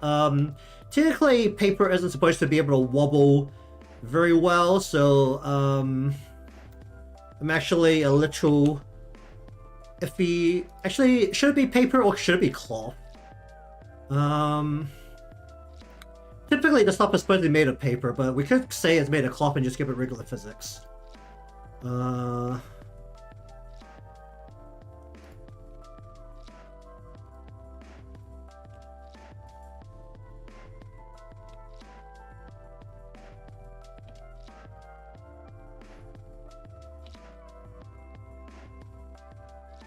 Because it can be thick and heavy, basically. The hips are very hidden, but we will be doing the lean and the turn from the hip, because that's my preferred way of doing the those parts, rather than doing it from the waist. So we'll be shifting the buttocks around a little bit. So skirt's not going to have any physics, but we'll add full physics to the talisman here. And that will basically be where the skirt physics exists for this model. Complete with a Y1 and a 2. There's not going to be a back piece because we typically have the coat at the back, so it doesn't matter too much. Alright, onto legs. Okay, now let me look at legs. What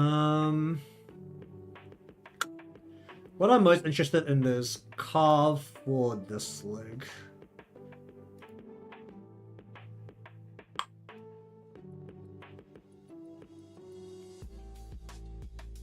Because I just need to make it all stay together.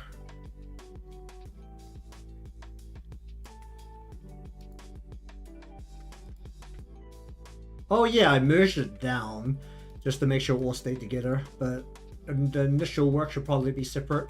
What was this Y? What was this doing? Hold up. Oh dear. What the crap was this doing?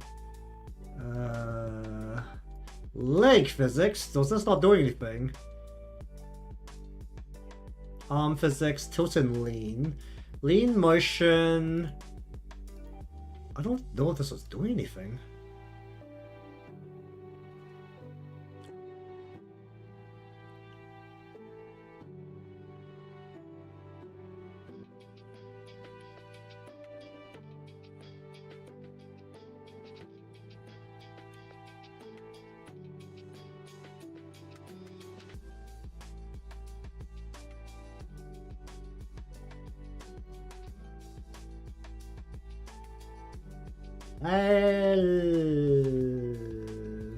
But there should be one that's attached to the body Y, right? This is attached to the body vertical. What's this? This doesn't do anything. Can I just look at what select child collapse? No, I can't directly select what parameters this has, unfortunately, which would be really convenient, honestly. Okay, so we're gonna go.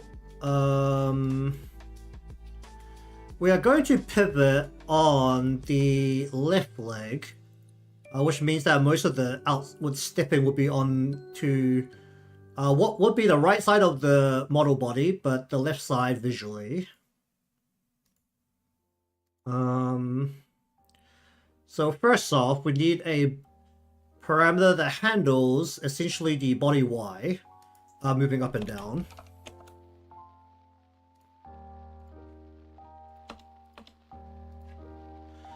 We're gonna need a parameter for the step, which occurs on the Z.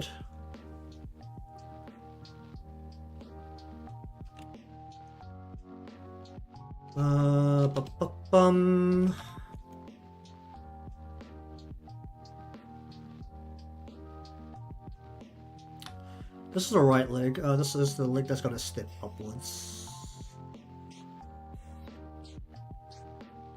Do I work on them separately to start off again?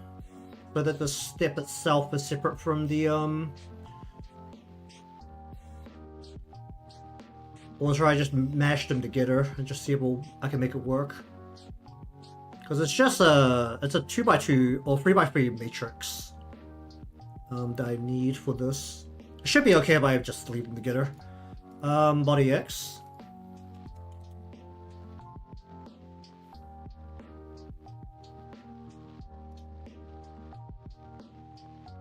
And we'll have this general same hierarchy moving all the way down the foot.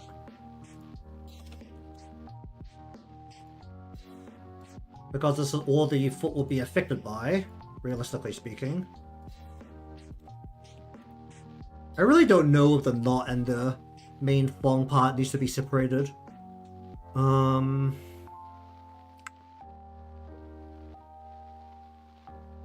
Okay, let's just be safe. Let's actually no, because there's always the end of the V part of the thong that has to have the knot. There shouldn't really be any reason there'll be a problem. I guess I can separate it later if there's actually an issue. Z. Actually,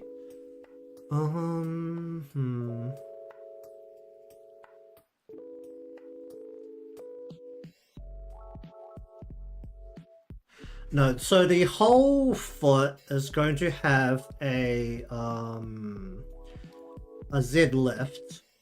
This is the bit that has to stay consistent with one portion of the whole motion.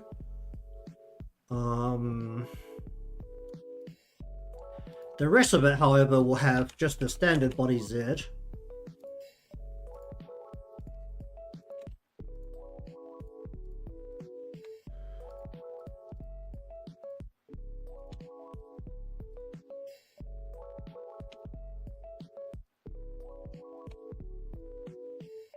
Into the body X. If there is going to be any body X, yeah, realistically the X shouldn't affect this part of the foot. We want to anchor down once we're this far down the body, but we'll just leave that in there just in case we can have something affect it. We feel like it needs something to affect it. Realistically, that's not going to happen, but heck, we'll just leave it in there. We don't need it, we don't use it. Alright, so we'll go Y, Z, which will be the 3x3 matrix, and then X.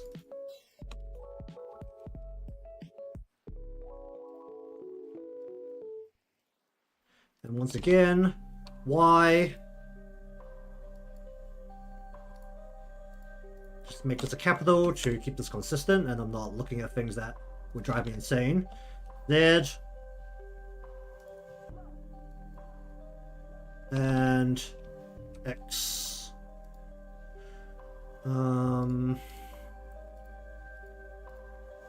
So the whole of this inside Z left. And then everything else is going to have its own separate body Z. Because honestly, most of the turning of the foot will occur here. rather than inside body X. So we can twist the foot a little as the Z lean out occurs because of the way we've stepped the default of the feet.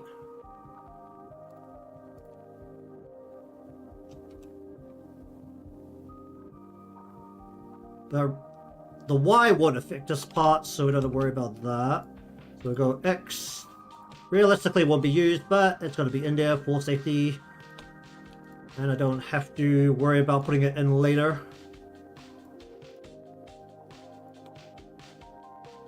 Okay, that is all of the deformers that we need. At a grand total of 1008. And that is not yet final. There may be more that's required as we go through.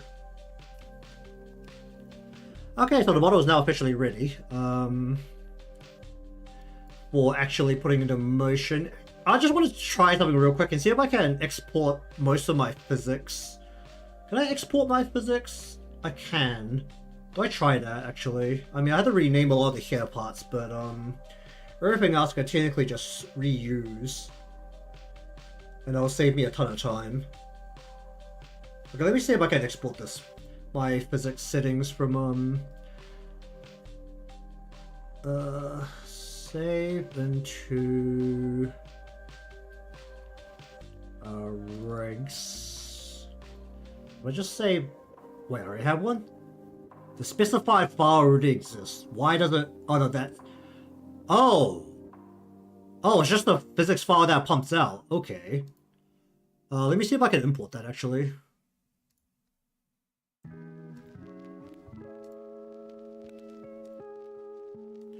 Where is it? I'm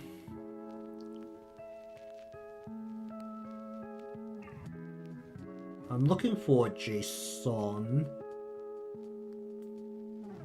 Live2D regs.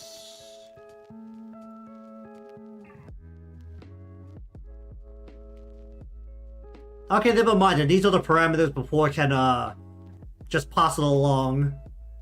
Oh, wait, no. It gave me everything that didn't have those parameters. That's hilarious.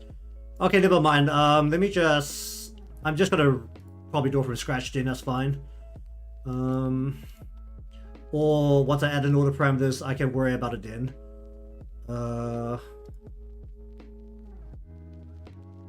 Actually, just say that. Wait, no. Shit. Everything.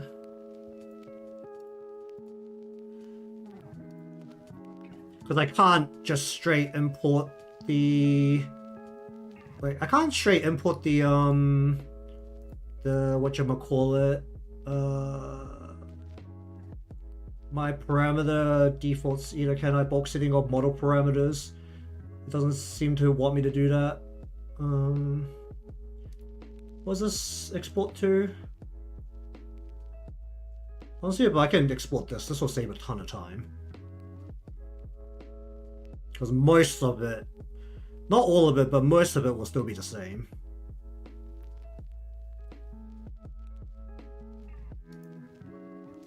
The CSV has been exported, but the problem is that I can't import it, right? Actually, let me just save this so that I have a copy of what's here right now. And then I'll try and import this one.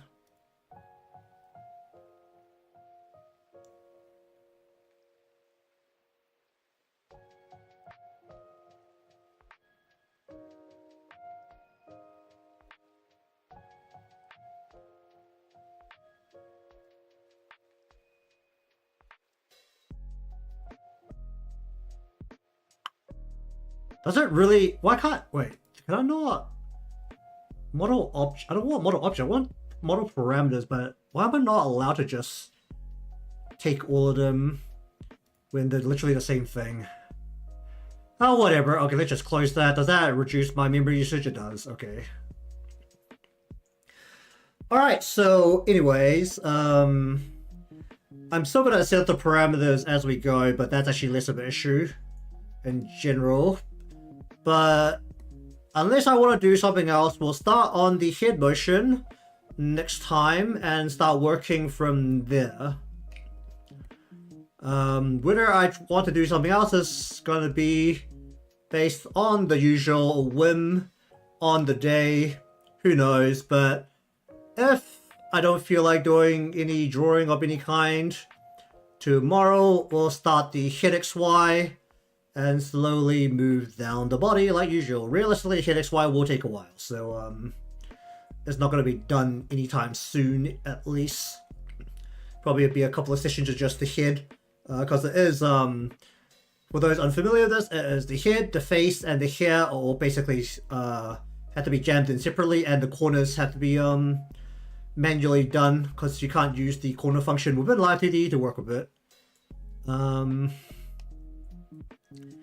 It's standing tall and proud. It's like a touch that I don't usually include, but I feel like I should try different styles, and that kind of popped in. I mean, this coloring style is actually, it's similar to my usual hairstyle, but it's also a little different from how I usually do it. So trying a bunch of new things, which is the main purpose of all of these models. But anyways, that will do it for today's session. Everything apart from the parameters are set up, which realistically can be done as we go along with the actual motion part, so that's less of an issue. But all meshes, as in, hold on, let's just do this. All the meshes have been set up. Look at all of those meshes. All the deformers you can see on those squares back there are also set up. Isn't that beautiful? Once I have glue down for the parts I need glue, you can also see that if I just Control A and just select everything. Isn't that a wonderful picture of just dots? So, anyways, thank you very much for watching today's stream. For those watching who aren't subscribed and you want to see more, remember to subscribe, leave a like cause it helps me out, and I shall see you all next time for most likely starting the head motion or maybe some drawing, who knows. Alright, see you.